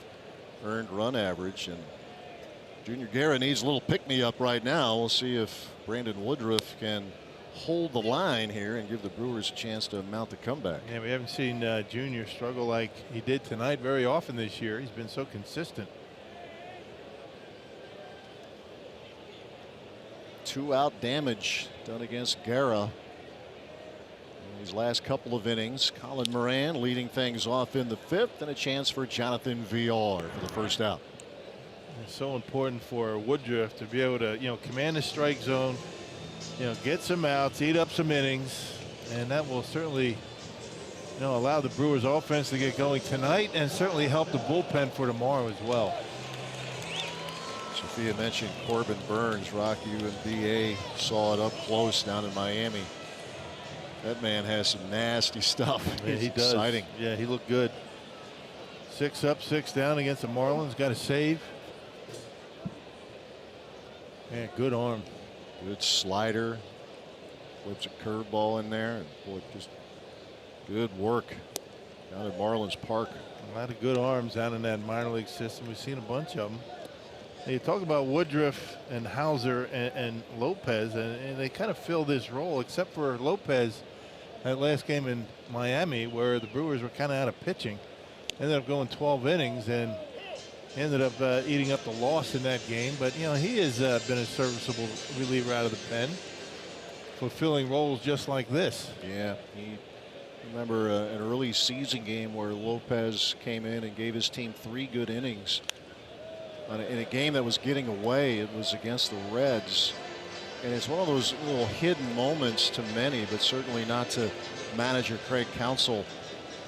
And you know, Lopez was up and worked those 3 innings and was sent right back to AAA, but it was valuable, and the Brewers went on to win the remaining games of that series, and the bullpen was a factor in that. Yeah, that long man has to be available, and normally after these guys, you know, pitch multiple innings, yeah, they replace them the next day with somebody else. It's kind of the way it's been going, and it's worked out well. And Josh Bell sending one into center field, and they still have not gotten him out. That's his 3rd hit in as many at bats. And just about every one of them about the same spot out in center field. He's got it. He's got the stroke down tonight. Fastball right on the corner. Actually, no, changeup by Woodruff, and he is able to bang it into center field. The Pirates have the big sticks out tonight. 10 hits already. Here's Josh Harrison. Fly ball to right and a walk so far for the Pirates second baseman.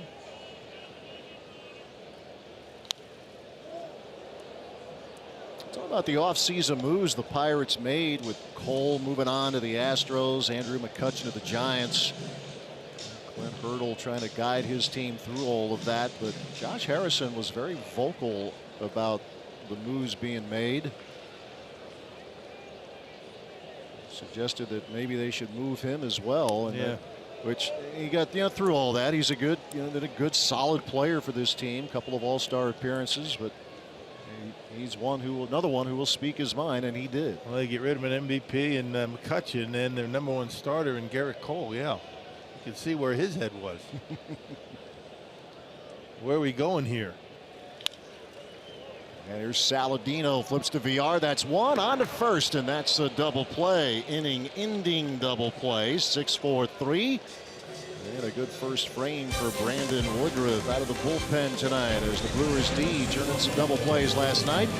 They get one to win the 5th.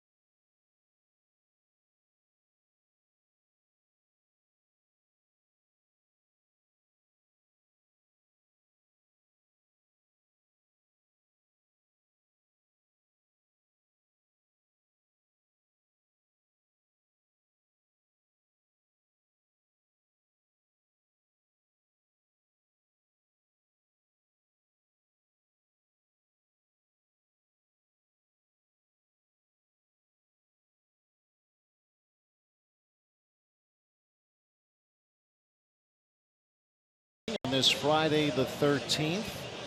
Well, it wasn't Friday the 13th. It was Wednesday, July 13th, 1983, when our own Bill Schroeder made his big league debut. Wow. How about that? Was that today? That is a strapping looking young man right there. Yeah. Huh? Today, 1983, a triple off Danny Darwin. You remember all that, do you? Absolutely. Yeah, Arlington, Texas. Does it seem like 35 years ago? Yeah. It does? Okay. I thought so. I thought I'd throw it out there. You never forget your debut. Bob McClure on the mound. I think we went through that whole thing. I think in Miami. Check it out. Brandon Woodruff going deep to right field, and that is out of here. A no-doubter for Brandon Woodruff, leading off the 6th inning for Milwaukee. He needs a double switch. Overrated. Let him hit. How about that? Brandon Woodruff. And no cheapie there, about halfway up. Out there in right field. Goodness gracious. And look at him. He's acting like he's done it before. He gets the gauntlet. Well done. Second pitcher this year to go deep for the Milwaukee Brewers. See, Jesus almost knocked him on his feet, off his feet.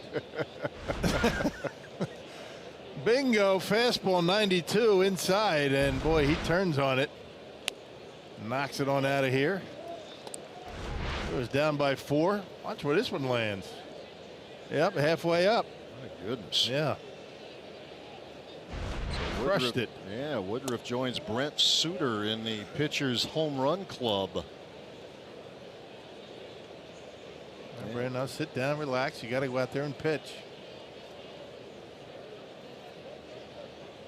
Here's Hernan Perez, and he just does miss, trying to shoot one down the third baseline. Yeah, Craig Counsell a little low on position players. Hernan Perez at the plate right now. He came in the third inning for Eric Thames out with hamstring tightness. So Woody hitting for himself. Perez goes down swinging for out number 1. And it started the game with 4 on the bench. You have 9 relievers in the pen. Perez had to come in, so yeah, Woodruff forced to get an at bat, and he pays off.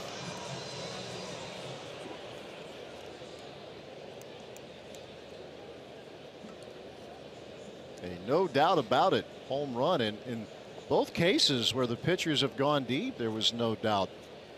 Brent Suter against Corey Kluber just crushed one the dead center field. It was at Miller Park in early May. No wall scrapers from the Brewers pitchers. No. We'll see Brent Suter on the mound tomorrow in game 2. Kane to Jordy Mercer for out number 2. Yeah, relievers for the Brewers have swung the bats pretty well. They have. I mean, you know, Woodruff a reliever tonight, so that counts as a relief pitcher home run. No, that's real. You know, Dan Jennings has a couple of hits. Up and down of the current roster, but we have seen it throughout the course of the year where relievers have had to hit and they've come through. Here's Christian Yelich.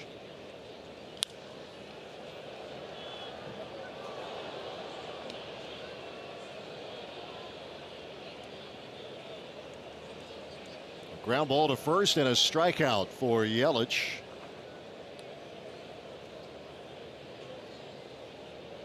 He singled and walked last night.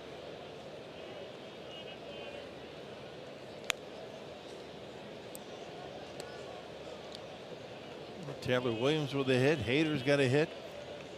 Jennings with a couple. Yeah. Not bad for guys that don't take BP very often. Who needs the DH? Let's check out the Powerball home run leaderboard. Woodruff and Suter not a part of it yet. Jesus Aguilar with 24. Shaw next in line with 13. Thames, Yelich, and Ryan Braun rounding out the Powerball home run leaderboard. Bronny not on this road trip. He's just trying to get himself back to as close to full go as he can coming out of the All-Star break. Man, you wonder about Thames now for the rest of the first half. 3 games remaining after tonight. That hamstring tightness.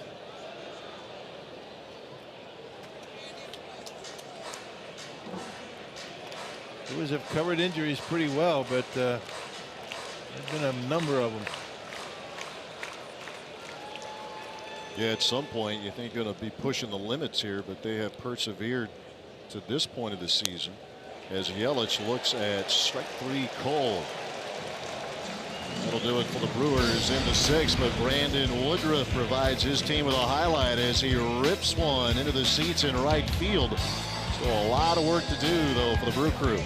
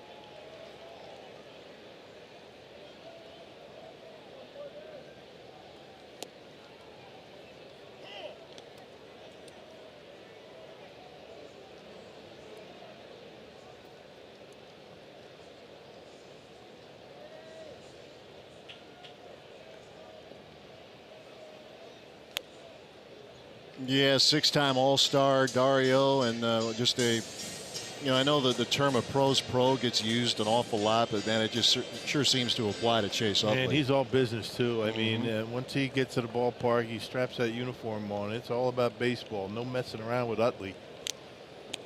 And one of the more feared hitters, not just second baseman. He's with the Phillies. I mean, he could take any pitch out of the ballpark, and yep, he was a good one. He was a big part of that great run that the Phillies had. Of course, the championship season of 2008. He had 4 years where he drove in more than 100 runs. Jordy Mercer, a strikeout victim, as Brandon Woodruff gets his first punch out of the night, one away in the 6th. Maybe nice to see Woodruff maybe up 3-4 innings here tonight. Allow that Brewer offense maybe to get going. Hope they start getting it going before the 9th inning like they did last night. But comebacks always start with good relief pitching. And Woodruff off to a good start. Yeah, we have seen that a number of times with this Brewers team. As Kingan with a little chopper to Travis Shaw, and that's the second out of the inning.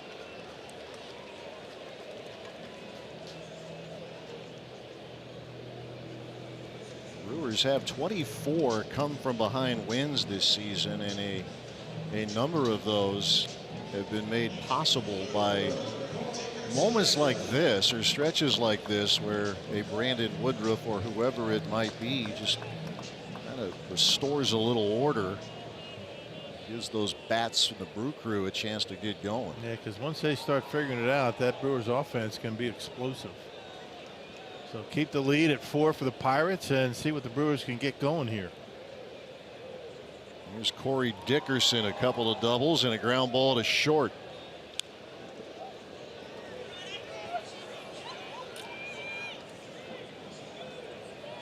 Be liking life at the top of the batting order here for the Pirates.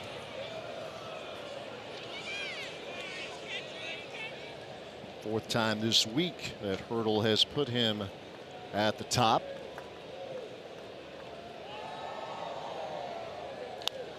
And he pops this one up. Off with the mask is Jacob Nottingham. That's a mile high, and he cannot handle it. This just never was real comfortable under that pop-up. Pretty much straight up, and those a lot of times are the toughest ones. And then you look up, it's right there. You hardly have to move, and flips the mask away and just gets it off the end of the glove. So that'll be an error. The second miscue of the night for Milwaukee. It's right up the elevator shaft. Tough one for him to deal with. And plus there's kind of twilight up there, trying to make it a little bit more difficult to see. No excuse. You got to catch those, but sometimes this time of night when the lights really haven't taken full effect, it can be a difficult thing to pick up the baseball. But still, you got to catch it. Still 2 strikes and nothing to Dickerson. Woodruff looking for a 1-2-3 inning.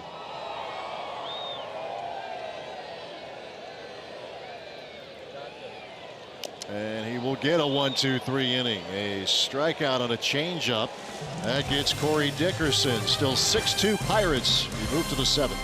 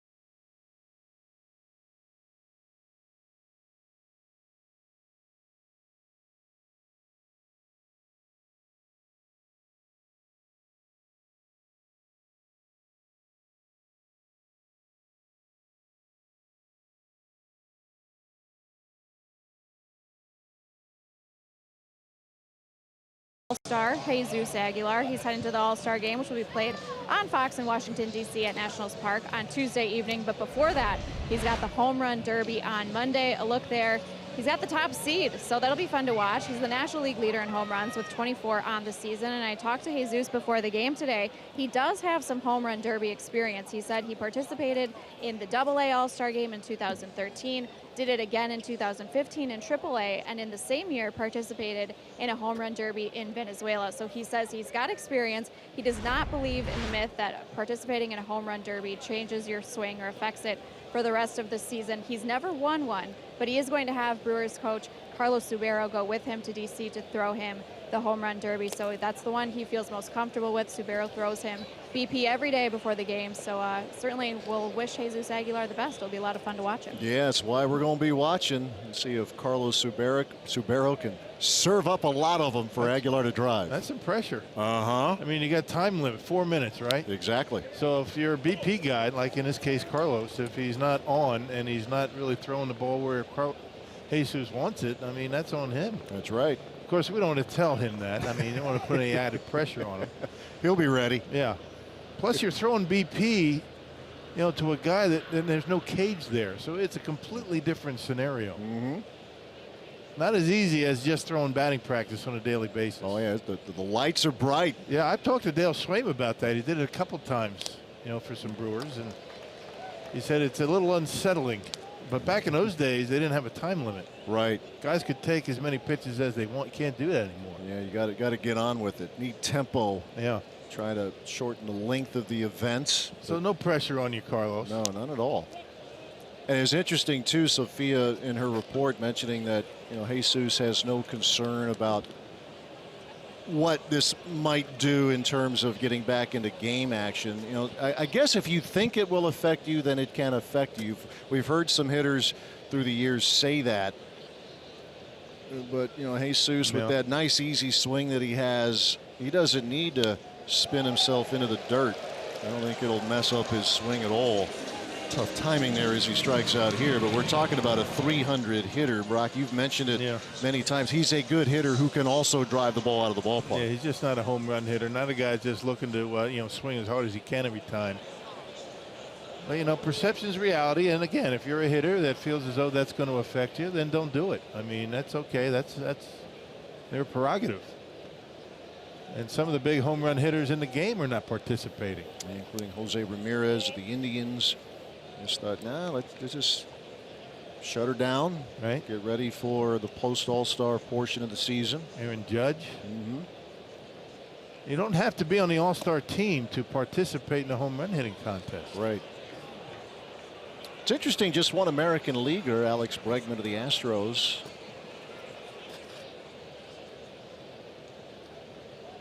Fun to watch. Bryce Harper in the home ballpark. A little home field advantage. And it's interesting how that home run hitting contest has changed over the years. There was a period of time when there was a captain of the home run hitting contest. It was Prince Fielder one year. Yep. And he could pick whoever he wanted. And he picked Ricky Weeks. He took Ricky to the home run hitting contest. Why not? Yeah. Well, it's going to be a really fun couple of days it always is for baseball fans, but especially so for Brewers fans with 5 players now on the All-Star team. And if you ever saw Ricky Weeks take batting practice, you'd understand why Prince picked him. He let it rip. Then he just, I mean, you stopped what you were doing to watch him do his thing. Just amazing the way he would hit him out in batting practice. Here's Travis Shaw hitting one deep to center field. Starling Marte will not get it. It's out of here. A home run to center field for Travis Shaw. Marte trying to take one away. He couldn't do it. As the Brewers get their second long ball of the night, and it's the 17th of the year for Shaw. Yeah, good job by Travis on a pitch down. I think Marte lost that ball for a second. Kind of threw his hands up for a brief instance and then realized where it was. Didn't have a chance. Fastball down right over the middle of the plate, and Travis Shaw able to drive one out of here. Number 17. Powerball home run count right there. It looked like Marte lost it. Yeah, it didn't matter. That's that twilight I was talking about. Yeah, you're right. Yeah. Well, the second home run served up by Nick Kingham. Brandon Woodruff had the first. Pitching coach Ray Searage now with the mound visit.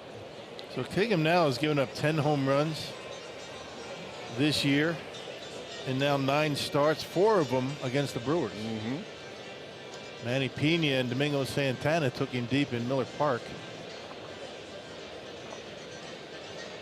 And Travis Shaw and of course Brandon Woodruff. Yeah, as we all fully expected. You would figure him to be on that list. Well, inching their way back into this baby. Pulled to within 3 with 1 out here in the 7th inning for Jonathan Villar. So you just talk about home run hitting contests, and you know the Brewers go deep. Let's keep going. Jonathan Villar, he has gone deep 6 times this season.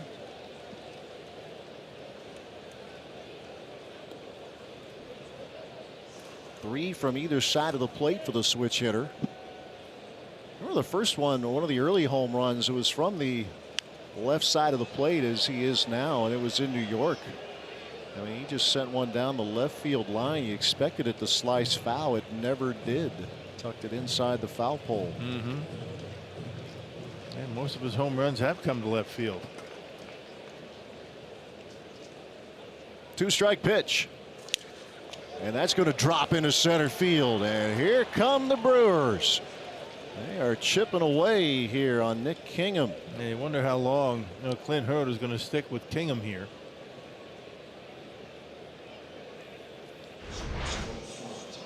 Jonathan Villar shortening up on a fastball, looked like maybe a cutter in on him, and just kind of dumping it into center field. And here comes the Pirates manager to go get his pitcher. Edgar Santana had been warming up in the bullpen. So Hurdle's going to go ahead and make the move.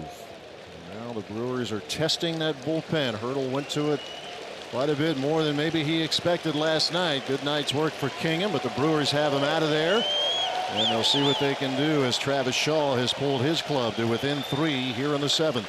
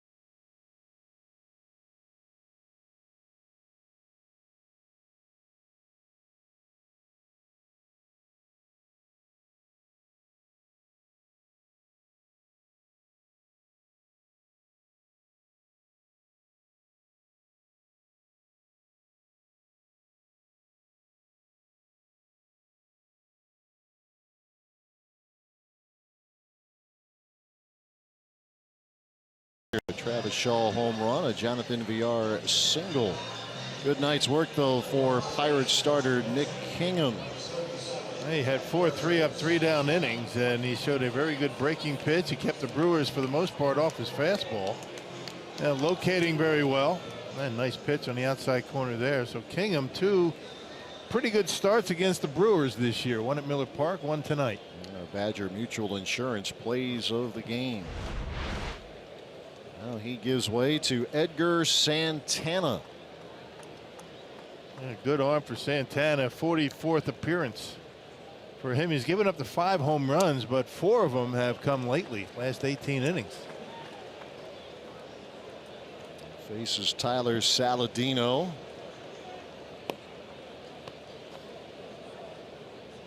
His night at the plate presented by Wendy's. Saladino singled to left in the 3rd. He struck out 2 innings later.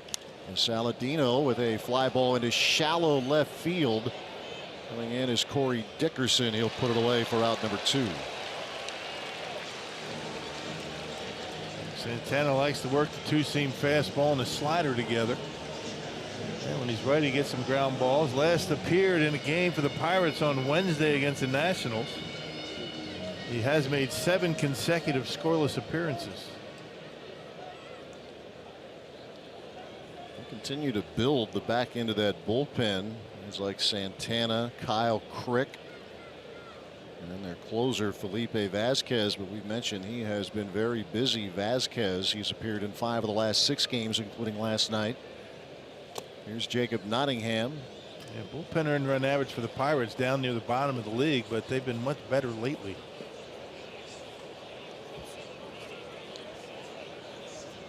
Big in a shutout win Wednesday afternoon against the Nationals. Trevor Williams he was the starting pitcher, and then 4 relievers combined for the shutout.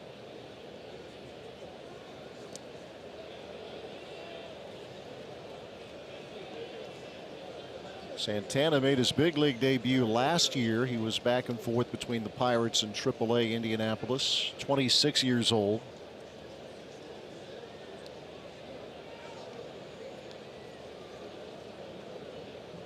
Nottingham has walked and he has struck out tonight. Yeah, 3-run lead for the Pirates, and they're thinking VR might try to steal a base. Better make it if we go here. He's 13 of 15 in the stolen base department. Got a big lead. Yeah, he looks itchy. Boy, that's a monster That lead is. out there. I mean, that's a really big lead.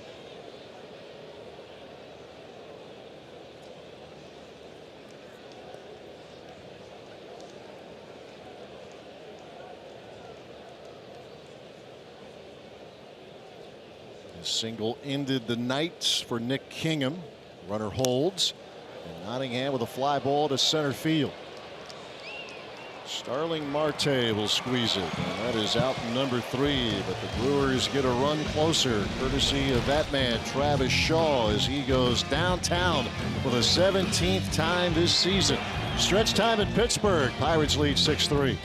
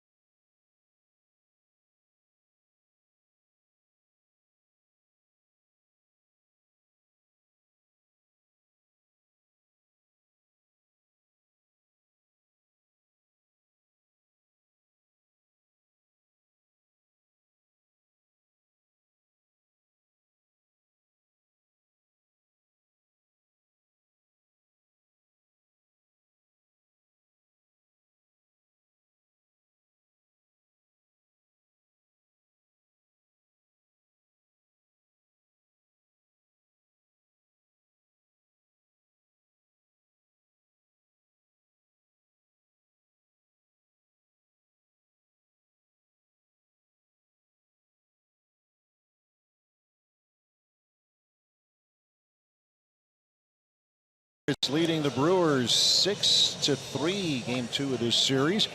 Hey, show off your Brewers pride by picking up a limited edition Brewers strap back hats given to the first 20,000 fans at the Cruise Series opener against the Los Angeles Dodgers on Friday, July 20th. Reserve your seats by heading to brewers.com/tickets.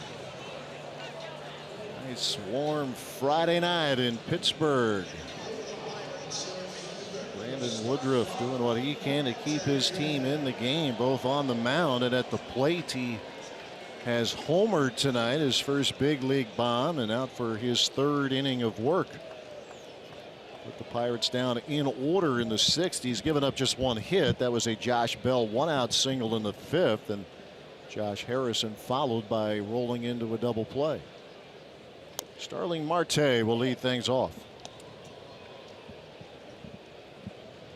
Singled and scored in the first, also stole his 24th base of the year, has him atop the National League.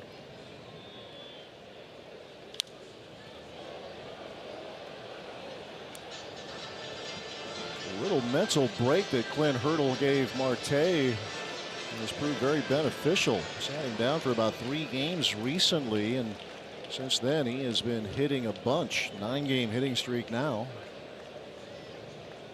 Went through a very rough month of June, did Marte. He's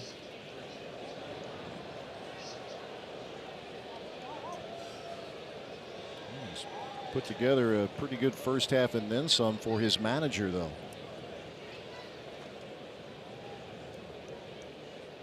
Very strong with runners in scoring position, strong in a number of categories.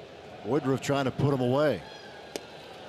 And he does. He didn't check, and that is out number 1. Now this Pirates outfield has been why the Pirates, have been able to score some more runs. I mean, no outfield. I mean, there's not too many outfields. 3 guys that have been more productive in the big leagues. Defensively at the plate, and Marte is the guy that kind of gets this thing going for the Pirates with his stolen bases, his outfield assists.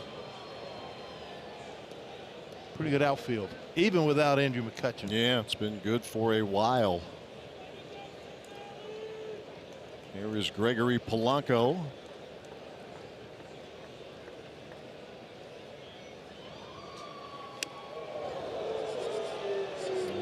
Started to give Woody a little look there. Polanco homered into the right field seats in the 4th inning.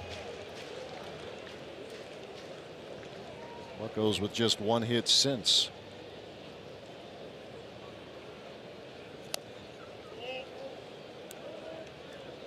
Yeah, Woodruff has done a nice job of bringing some semblance of order to this thing for the Brewers.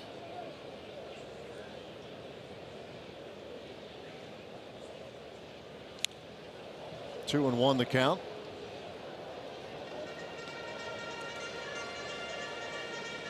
Polanco a few years ago was one of those players the Pirates fans couldn't see fast enough. Wanted to get him through the system. Very highly regarded player up through the minor leagues. Home run in the 4th, is 14th bomb of the year. 97 and in there for Woodruff.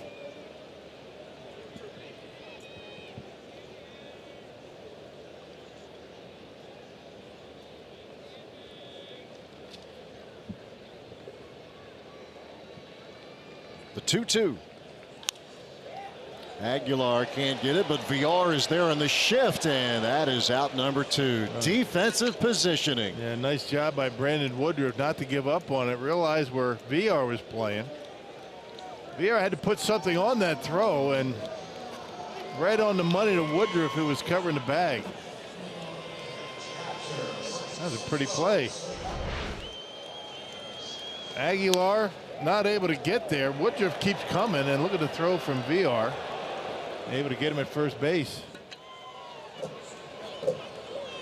Good play. Get the baseball to the pitcher quickly. Let him find the bag. Very well executed by Jonathan VR. 2 up, 2 down in the 7th for Francisco Cervelli.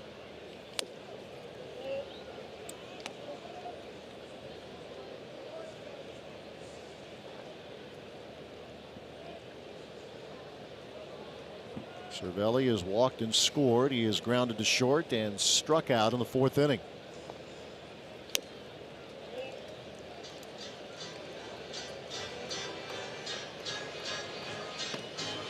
There's some talk around here that Cervelli may get some turns at first base moving forward. Hurdle wanting to keep that bat in the lineup, but not wanting to overwork him behind the plate. Elias Diaz has hit pretty well when he has been in the lineup for the Pirates.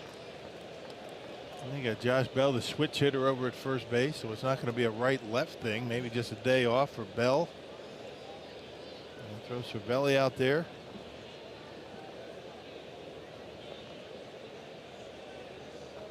Woodruff with the 3-0.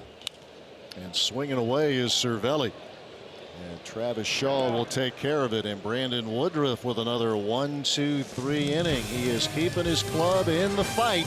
And he will be at the plate perhaps in the 8th.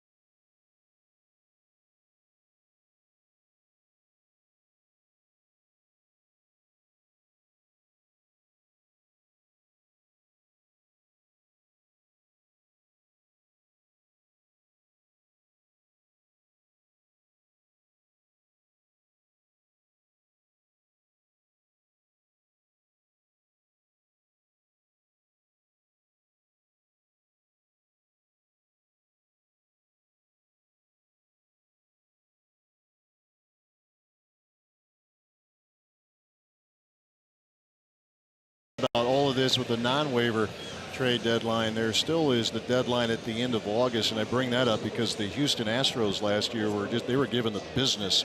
They didn't make a big move at the end of July. They got Justin Verlander just under the wire at the end of August, and that worked out pretty well. You have to offer him to every team, and if nobody takes that player, then you can trade him. As long as you have a player by the end of August. Yep. Yeah, September, or I should say August 31st, they are eligible for postseason. And they got that deal done within the final seconds. You can make deals, but it becomes a lot more difficult. Yes. Was kidding about Woodruff, by the way, getting another at bat, one and done for him as he went deep. As now Counsell can go to his bench in the 8th inning. Brad Miller leads things off. Woodruff with a home run. Tanner Roark with the Washington Nationals tonight. Pitcher hit a triple.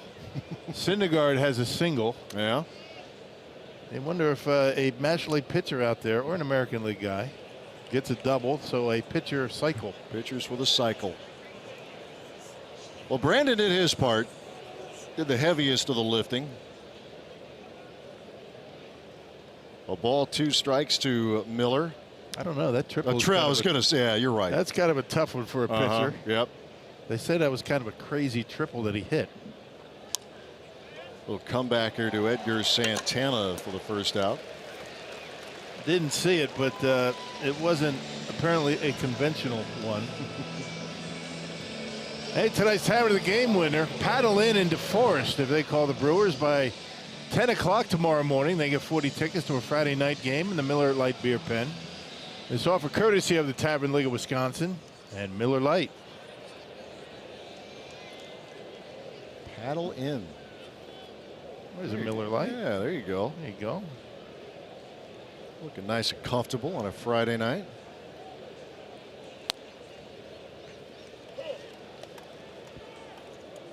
Hernan Perez at the plate. If you're just checking us out here tonight, Perez was not in the lineup, but he came on in the 3rd inning and has been in right field throughout the course of the game. Eric Thames with hamstring tightness, and second hit of the night off the bench for Perez.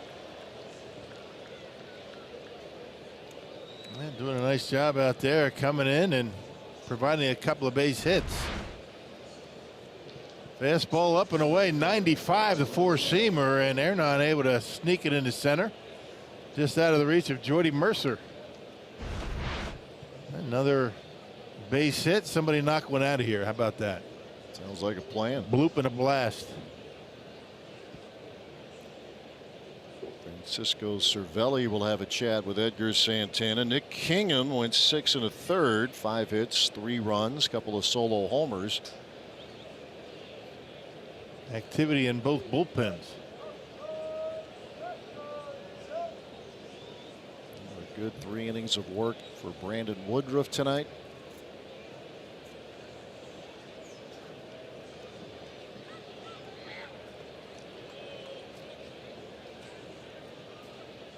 The Brewers trying to see what they can do against Edgar Santana. Lorenzo Cain hitless in 3 trips. Looking for his first hit in the series. He did walk in the 9th inning last night.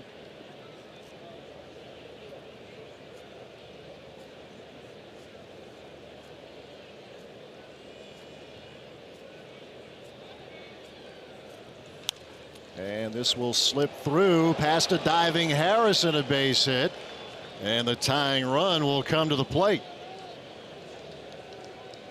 Yeah, but you got 3 guys coming up that have a good shot at maybe tying this baby up. Good piece of hitting by Lorenzo Cain, not trying to pull it. You know, a lot of guys are going to try and pull that baseball, but you see the way he pulls the hands in, the knob leaves the barrel of the bat, and he shoots at the right. And the Brewers now bring the tying run to the plate. So once again, the Brewers are battling back. Fell short last night. Trying to complete a comeback. They were down by as many as 5.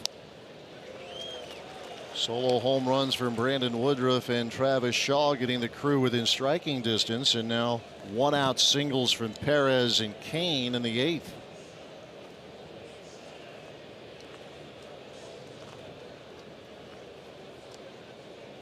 Santana with a 1-strike pitch. Now, if you're Clint Hurdle and you're happy with the way Santana's throwing a baseball, he's got a couple of ground balls and able to find the outfield. So it's not like the Brewers are, driving balls out into the gaps. He's a ground ball pitcher. He's gotten a couple of grounders. That's why he leaves them in.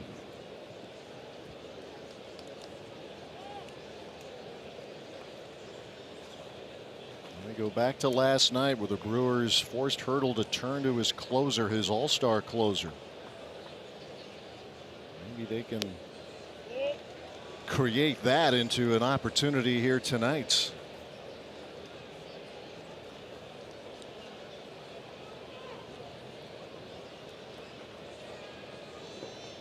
Yelich, a ground out and a couple of strikeouts so far this evening. 2-1 pitch. Good slider for strike 2.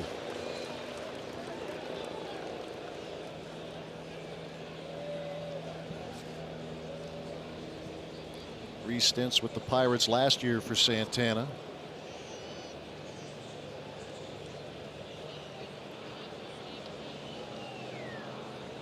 He loads up with a 2-2 pitch.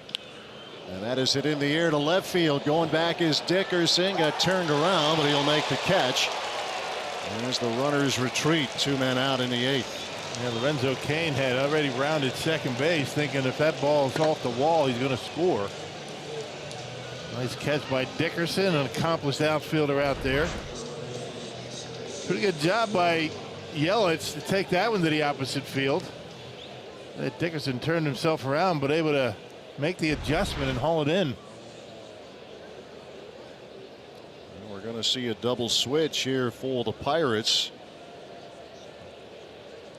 This hurdle's going to send Austin Meadows into the game. And a pitching change coming up. So 2 outs, 2 on here in the 8th inning. And this hurdle will make another move. Brewers still very much in the fight. Getting a little deeper now into that Pittsburgh bullpen.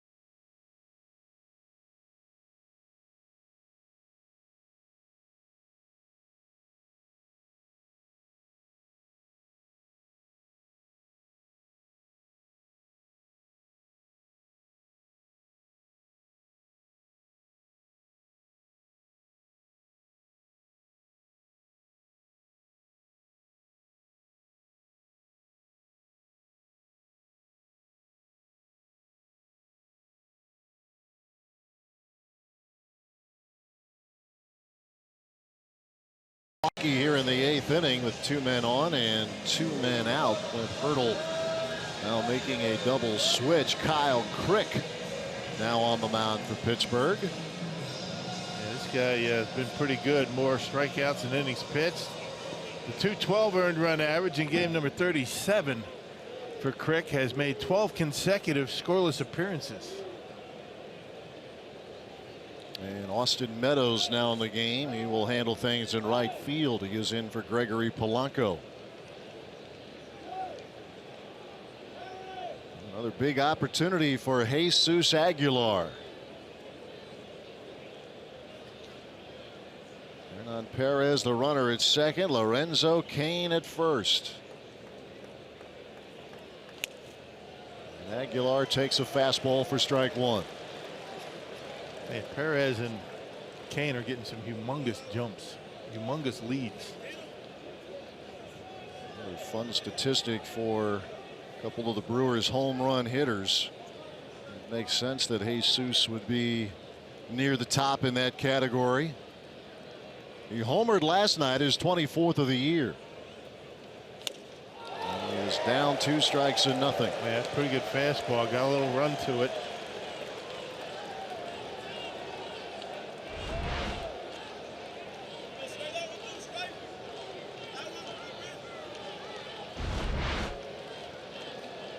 Jesus in a 2-strike hole as Kyle Crick trying to finish up this 8th inning on for Edgar Santana. Aguilar, a terrific 2-strike hitter. And a fly ball to shallow left field. Dickerson is there, and that'll do it for the Brewers in the 8th. A threat, but no more. That threat is turned back. Still a 3-run lead for the Pirates.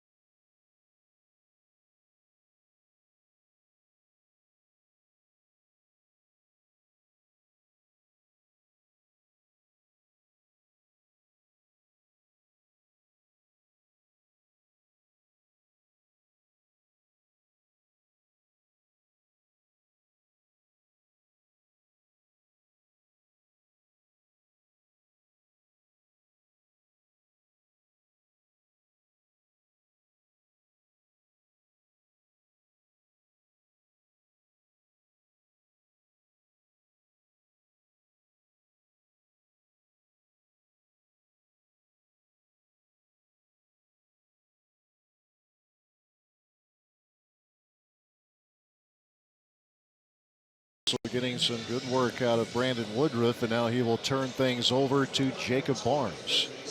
Yeah, Barnes last pitched on Wednesday against the Marlins, gave up a run, unearned run in 2 innings of work, couple of hits, struck out 3. He was in the game early, came in the 4th inning and stranded 3 runners on base.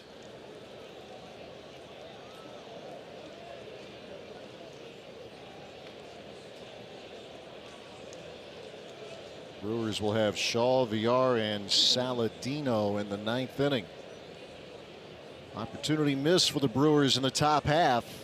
1-out singles from Perez and Kane, but Yelich a fly ball to left and fly ball to shallow left off the bat of Jesus Aguilar. Colin Moran leads off now for the Pirates.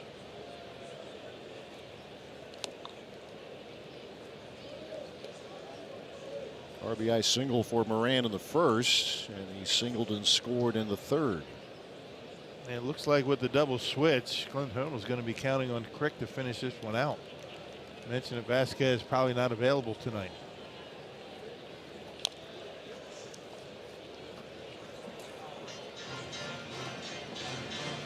Two strikes and nothing to Moran. You mentioned it when he showed the numbers. They are encouraged by what they have seen from Crick. They continue to work on that back end of the bullpen. The Brewers' pen has just been terrific throughout the course of this season. 2 strikes and nothing to Moran.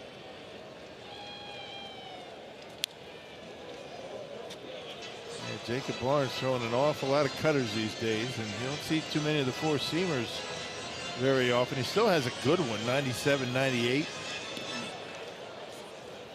Cutter's been better. Struggled with that pitch. That's why he got sent down a while back.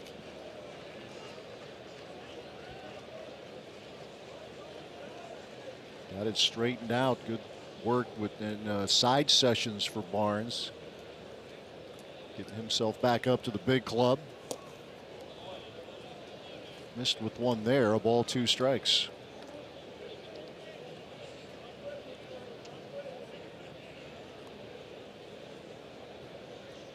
Moran, Bell, and Harrison for the Pirates in the 8th inning.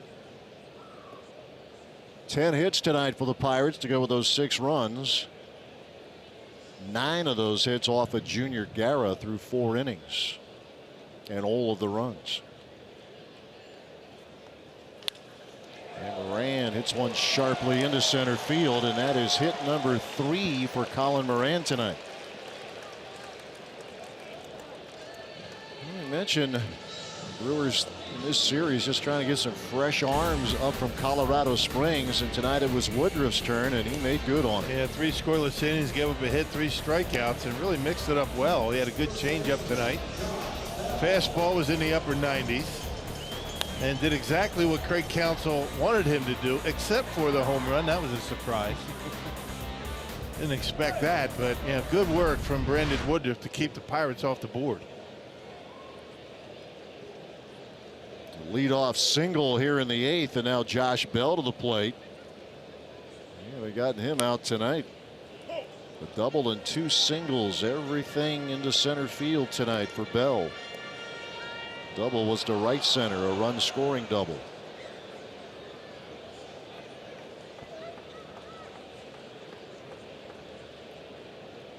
Driven in 43 runs now on the year has Bell.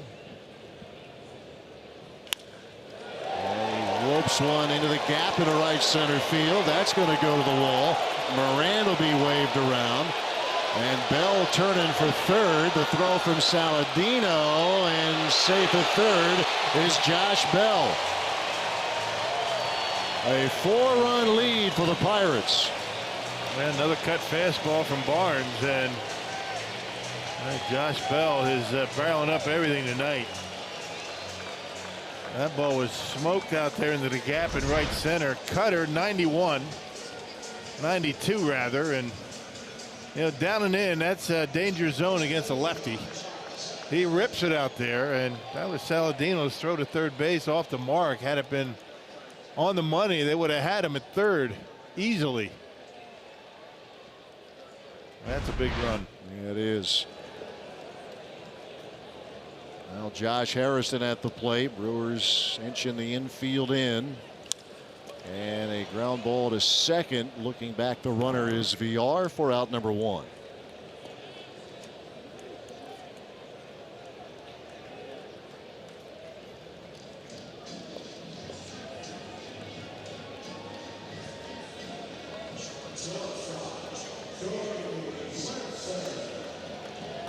Barnes trying to settle back in. He will face Jordy Mercer now. A 12-hit night for the Pirates.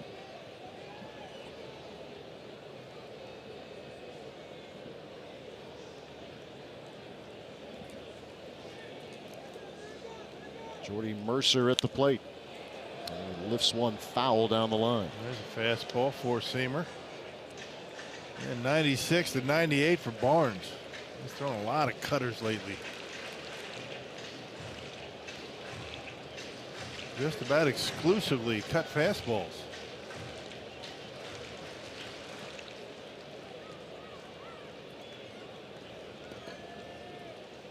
Bell with his 4th triple of the year. And Barnes out in front, 0-2.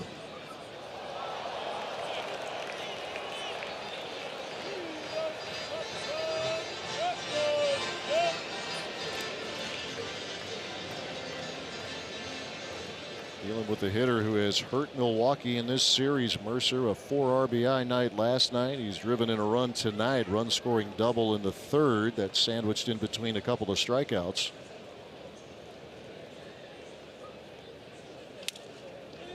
And a little bloop to Jesus Aguilar for the 2nd out. And a good spot with a cutter. And that's pretty good production out of your number 8 hitter in 2 games.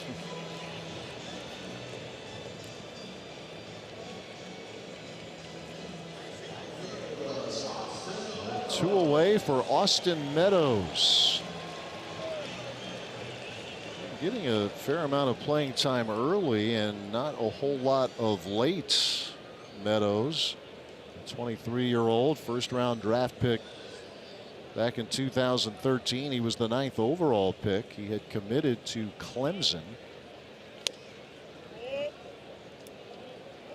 And for some reason turned down Rock's alma mater. I can't imagine why. Maybe big signing bonus. Yeah, maybe. That'll do it. That'll do it. 9th overall pick. Yeah, show me the money. Said, love you, Tigers, but you know. I could always go to school later. That's right. Pops this one up. Saladino for out number 3. Pirates pick up another run though, and the Brewers again will need a big 9th inning. Shaw will try to get it started.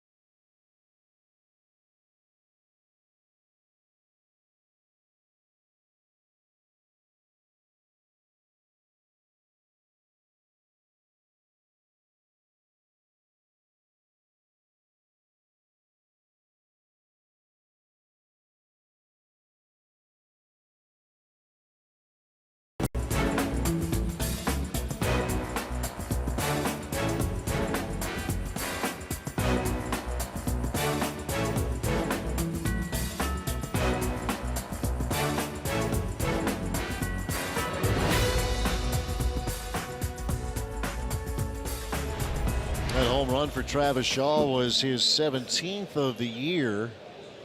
The Brewers find themselves down 4 as we move to the 9th inning here in Pittsburgh.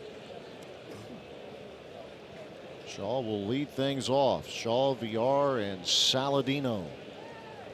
As Kyle Crick back on the mound for the Pirates. They're going to finish this one off.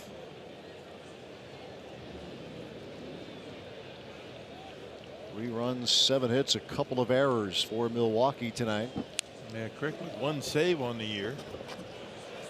Vasquez with 21, but he had thrown 5 of the last 6 days for the Pirates. A lot of work. Yeah, 8 pitches required last night, but it's been a busy week for Felipe Vasquez. That save for Crick came against the Reds back on May 23rd.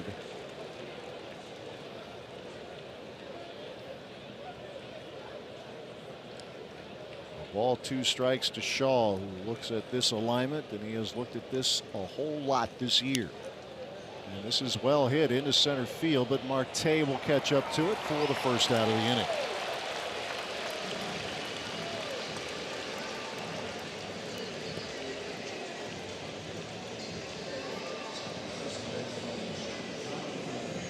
A tough stretch here for these Brewers hitters. Couple of solo home runs we mentioned from Shaw and Woodruff. Had a chance in the 8th inning. Runners at first and second with 1 out, with a couple of the big guns coming to the plate, but the Pirates were able to retire Christian Yelich and Jesus Aguilar. As this Pittsburgh team has given the Brewers a lot of trouble. Yeah. Yep, over the years they have. There was a point in time where the Brewers just owned Pittsburgh. Pirates just couldn't win a game no matter what they tried to do. That was a while ago, though. Brewers had a long winning streak at home against Pittsburgh. Times have changed, though. And they're trying to beat the Brewers for what would be the 5th time in 7 meetings this year. Still 3 to go after tonight. Doubleheader tomorrow. Series wrap up on Sunday afternoon.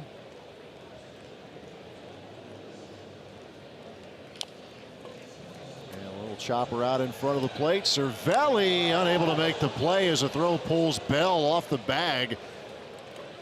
And VR reaches with 1 out. Well, Cervelli knew he had to be really quick getting rid of that baseball. VR gets down the line really well. I'm not sure it was going to be a hit or an error. It could go either way, but Brewers have a base runner. Little nubber in front of home plate. You know, Cervelli does the best he can, but just can't put the throw in the bag. Base hit. Would have been close even on a good throw.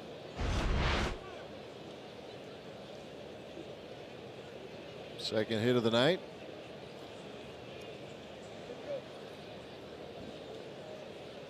For Jonathan VR. This might be a trip to the mound to give Cervelli a breather.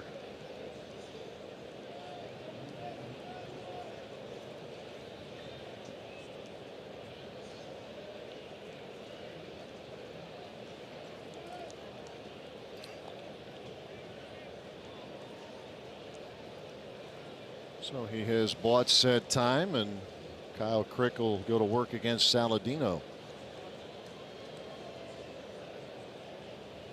He singled in the 3rd. Strikeout and a fly ball after that. 8 hits now for Milwaukee.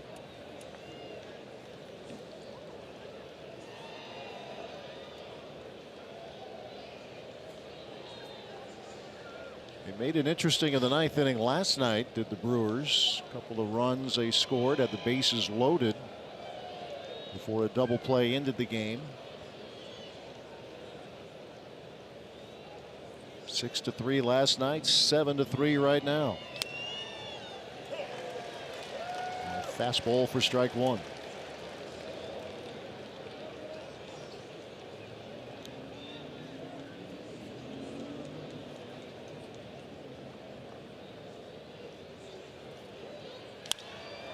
It's into left field, and that's a base hit. Short hopping it is Dickerson.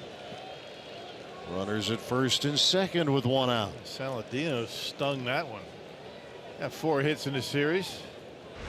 Good base running by Jonathan Villar. Wasn't sure if that ball was going to be caught. He had to go pretty far towards second base. Short hops, and look at Dickerson thinking about a throw to second, but Villar able to get in there easily.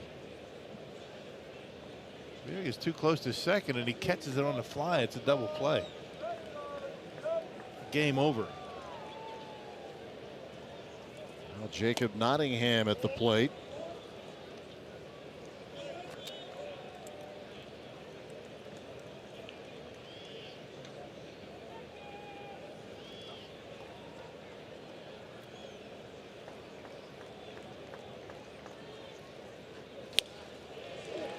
Nottingham with his first 3 big league hits on this road trip. They occurred in Miami. There is Keon Broxton. Came over to the Brewers from the Pirates organization.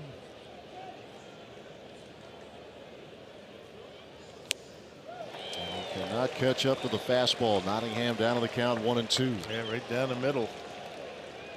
Got that big swing.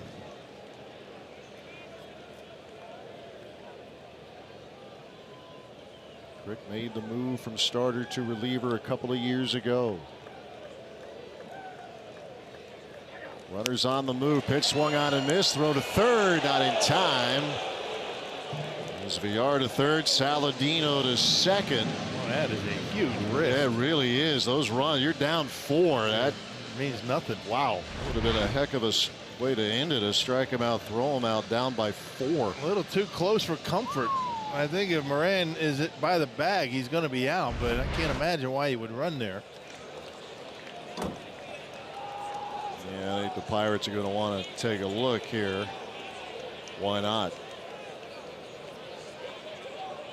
Yeah, there doesn't seem to be any need for trying to steal here. But sure they did. Not sure what the Pirates see, but you know, why not? I guess if you get lucky, you get an out call.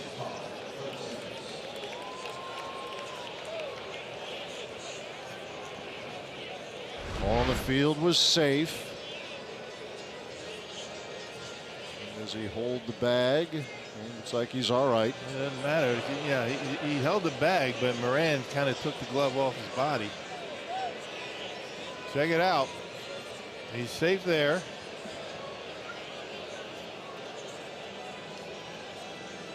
No.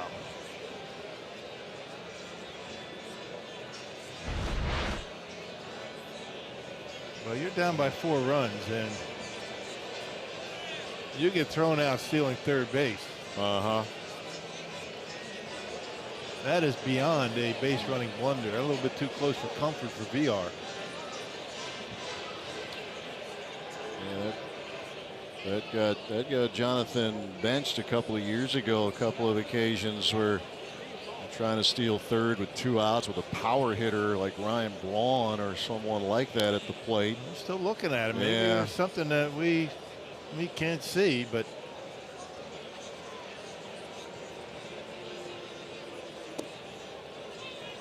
it's taking a little more time than we thought.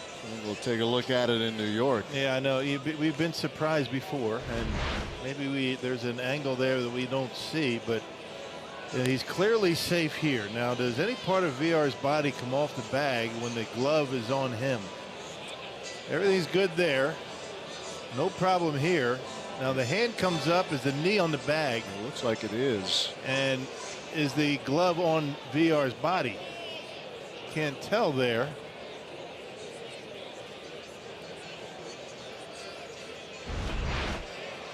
And he will be safe. Well, got incredibly high risk there. They got away with it. The call will stand. In the meantime, Nottingham becomes the 10th strikeout victim tonight against Pirates pitching. And the Brewers are down to their final outs. And here is Keon Broxton.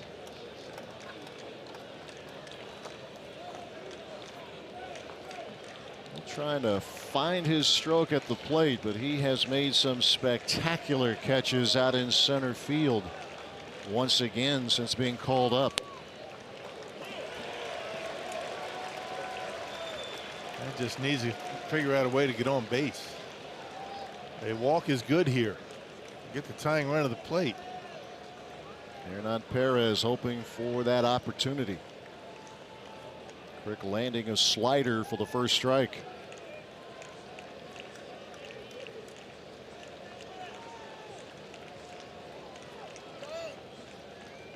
Crick trying to nail this one down. Brewers trying to make it interesting. They are an infield single. Saladino a single. As good as he has been, closing games is a completely different animal. Much different pressure. Elevates the fastball.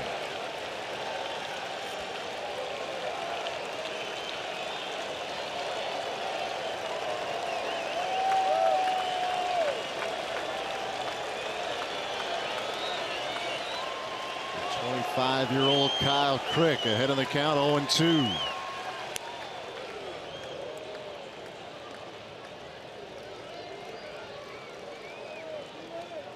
Perez has a couple of hits tonight for Milwaukee. Coming in for Eric Thames.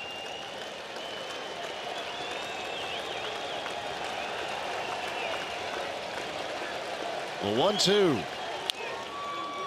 Over to third. That's Colin Moran. And out at first is Broxton, and the Pirates take the first 2 games of the series, but hang on. The Brewers will want to look. That was very close over at first, and I think they're going to take a look. So hold off on the fireworks. I don't think we're done quite yet. Well, if you're, Craig Counsell, why not just have him look at it? What do you got to lose? Yep. Nope. I guess. Okay. They got the word that he was out. Don't do it. So the Pirates will take the first 2 games of this series as Moran just does get the throw ahead of Broxton. Yeah, clearly out. Yep. Yep. So Crick able to finish the job tonight. They are still looking, even though Counsell had waved him off. Yeah, this shouldn't take very long. I'm going to check to see whether Josh Bell checked the foot. Did it come off the bag? Hard to tell there. Doesn't look like it. Well, who knows?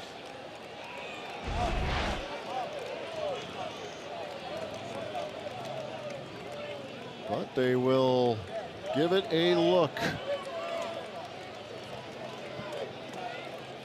So a couple of lengthy replay reviews in the 9th inning. Interesting by Counsell. He gave the sign to the umpire saying, look at it. Then he said no, and then somebody changed his mind back again.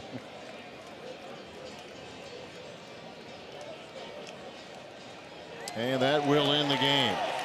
Well, the Pirates take the first 2, and they get some timely hitting, doing some 2-out damage in innings 3 and 4 against Junior Guerra, building a big lead. Brewers tried to chip away, but the Pirates are now 2 for 2 in this series. 7-3 your final tonight. Time now for Brewers Live as we send it to our Fox Sports Wisconsin studio and Dario Melendez.